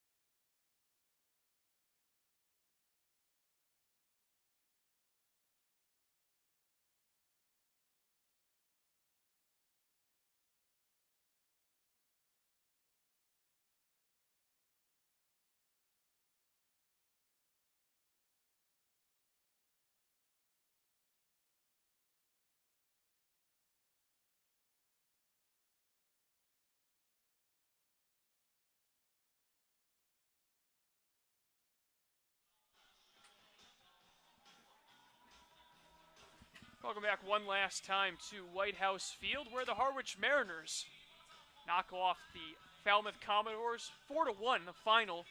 Harwich with now back-to-back victories after a blowout win, or not exactly a blowout victory, but a blowout offensive performance for the Mariners where they put up 15 runs. This time around, 4 was enough based on the strong pitching performance from Harwich. Billy Seidel giving up the 1 run coming out of the game after suffering an apparent injury through 2 1/3 innings, but boy was he picked up in a big way by Spencer Geesting. Went 4 2/3 innings, allowing 2 hits, no earned runs, didn't walk anyone, struck out 6 batters, and then Danny Wilkinson comes in and slams the door on a potential comeback from the Commodores. Faced 6 batters in 2 innings, struck out 5 of them, and got a ground out to end the ball game. The Mariners retiring each of the last 15 batters that came to the plate for Falmouth. Just 1 run on 5 hits, 1 error for the Commodores. They stranded 5 runners on base. Harwich, 4 runs on 8 hits, no errors. They left 6 men on base. Win goes to Geesting. He improves to 1-1 on the season. Mitchell Stone, who just can't catch a break here in this CCBL season, gets another loss. He is now 0-4 this summer. Danny Wilkinson gets his 2nd save of the year, going 2 innings, not allowing any runners to reach base. Time of the ball game, 2 hours and 51 minutes. That's how long it took for the Harwich Mariners to defeat Falmouth Commodores 4-1 on this Saturday night at White House Field. For our producer, Matt Lucy, for Tim Foley, who filled in for Matt before he got here, for my broadcast partner, Tyler Henry, I'm Colin Casey.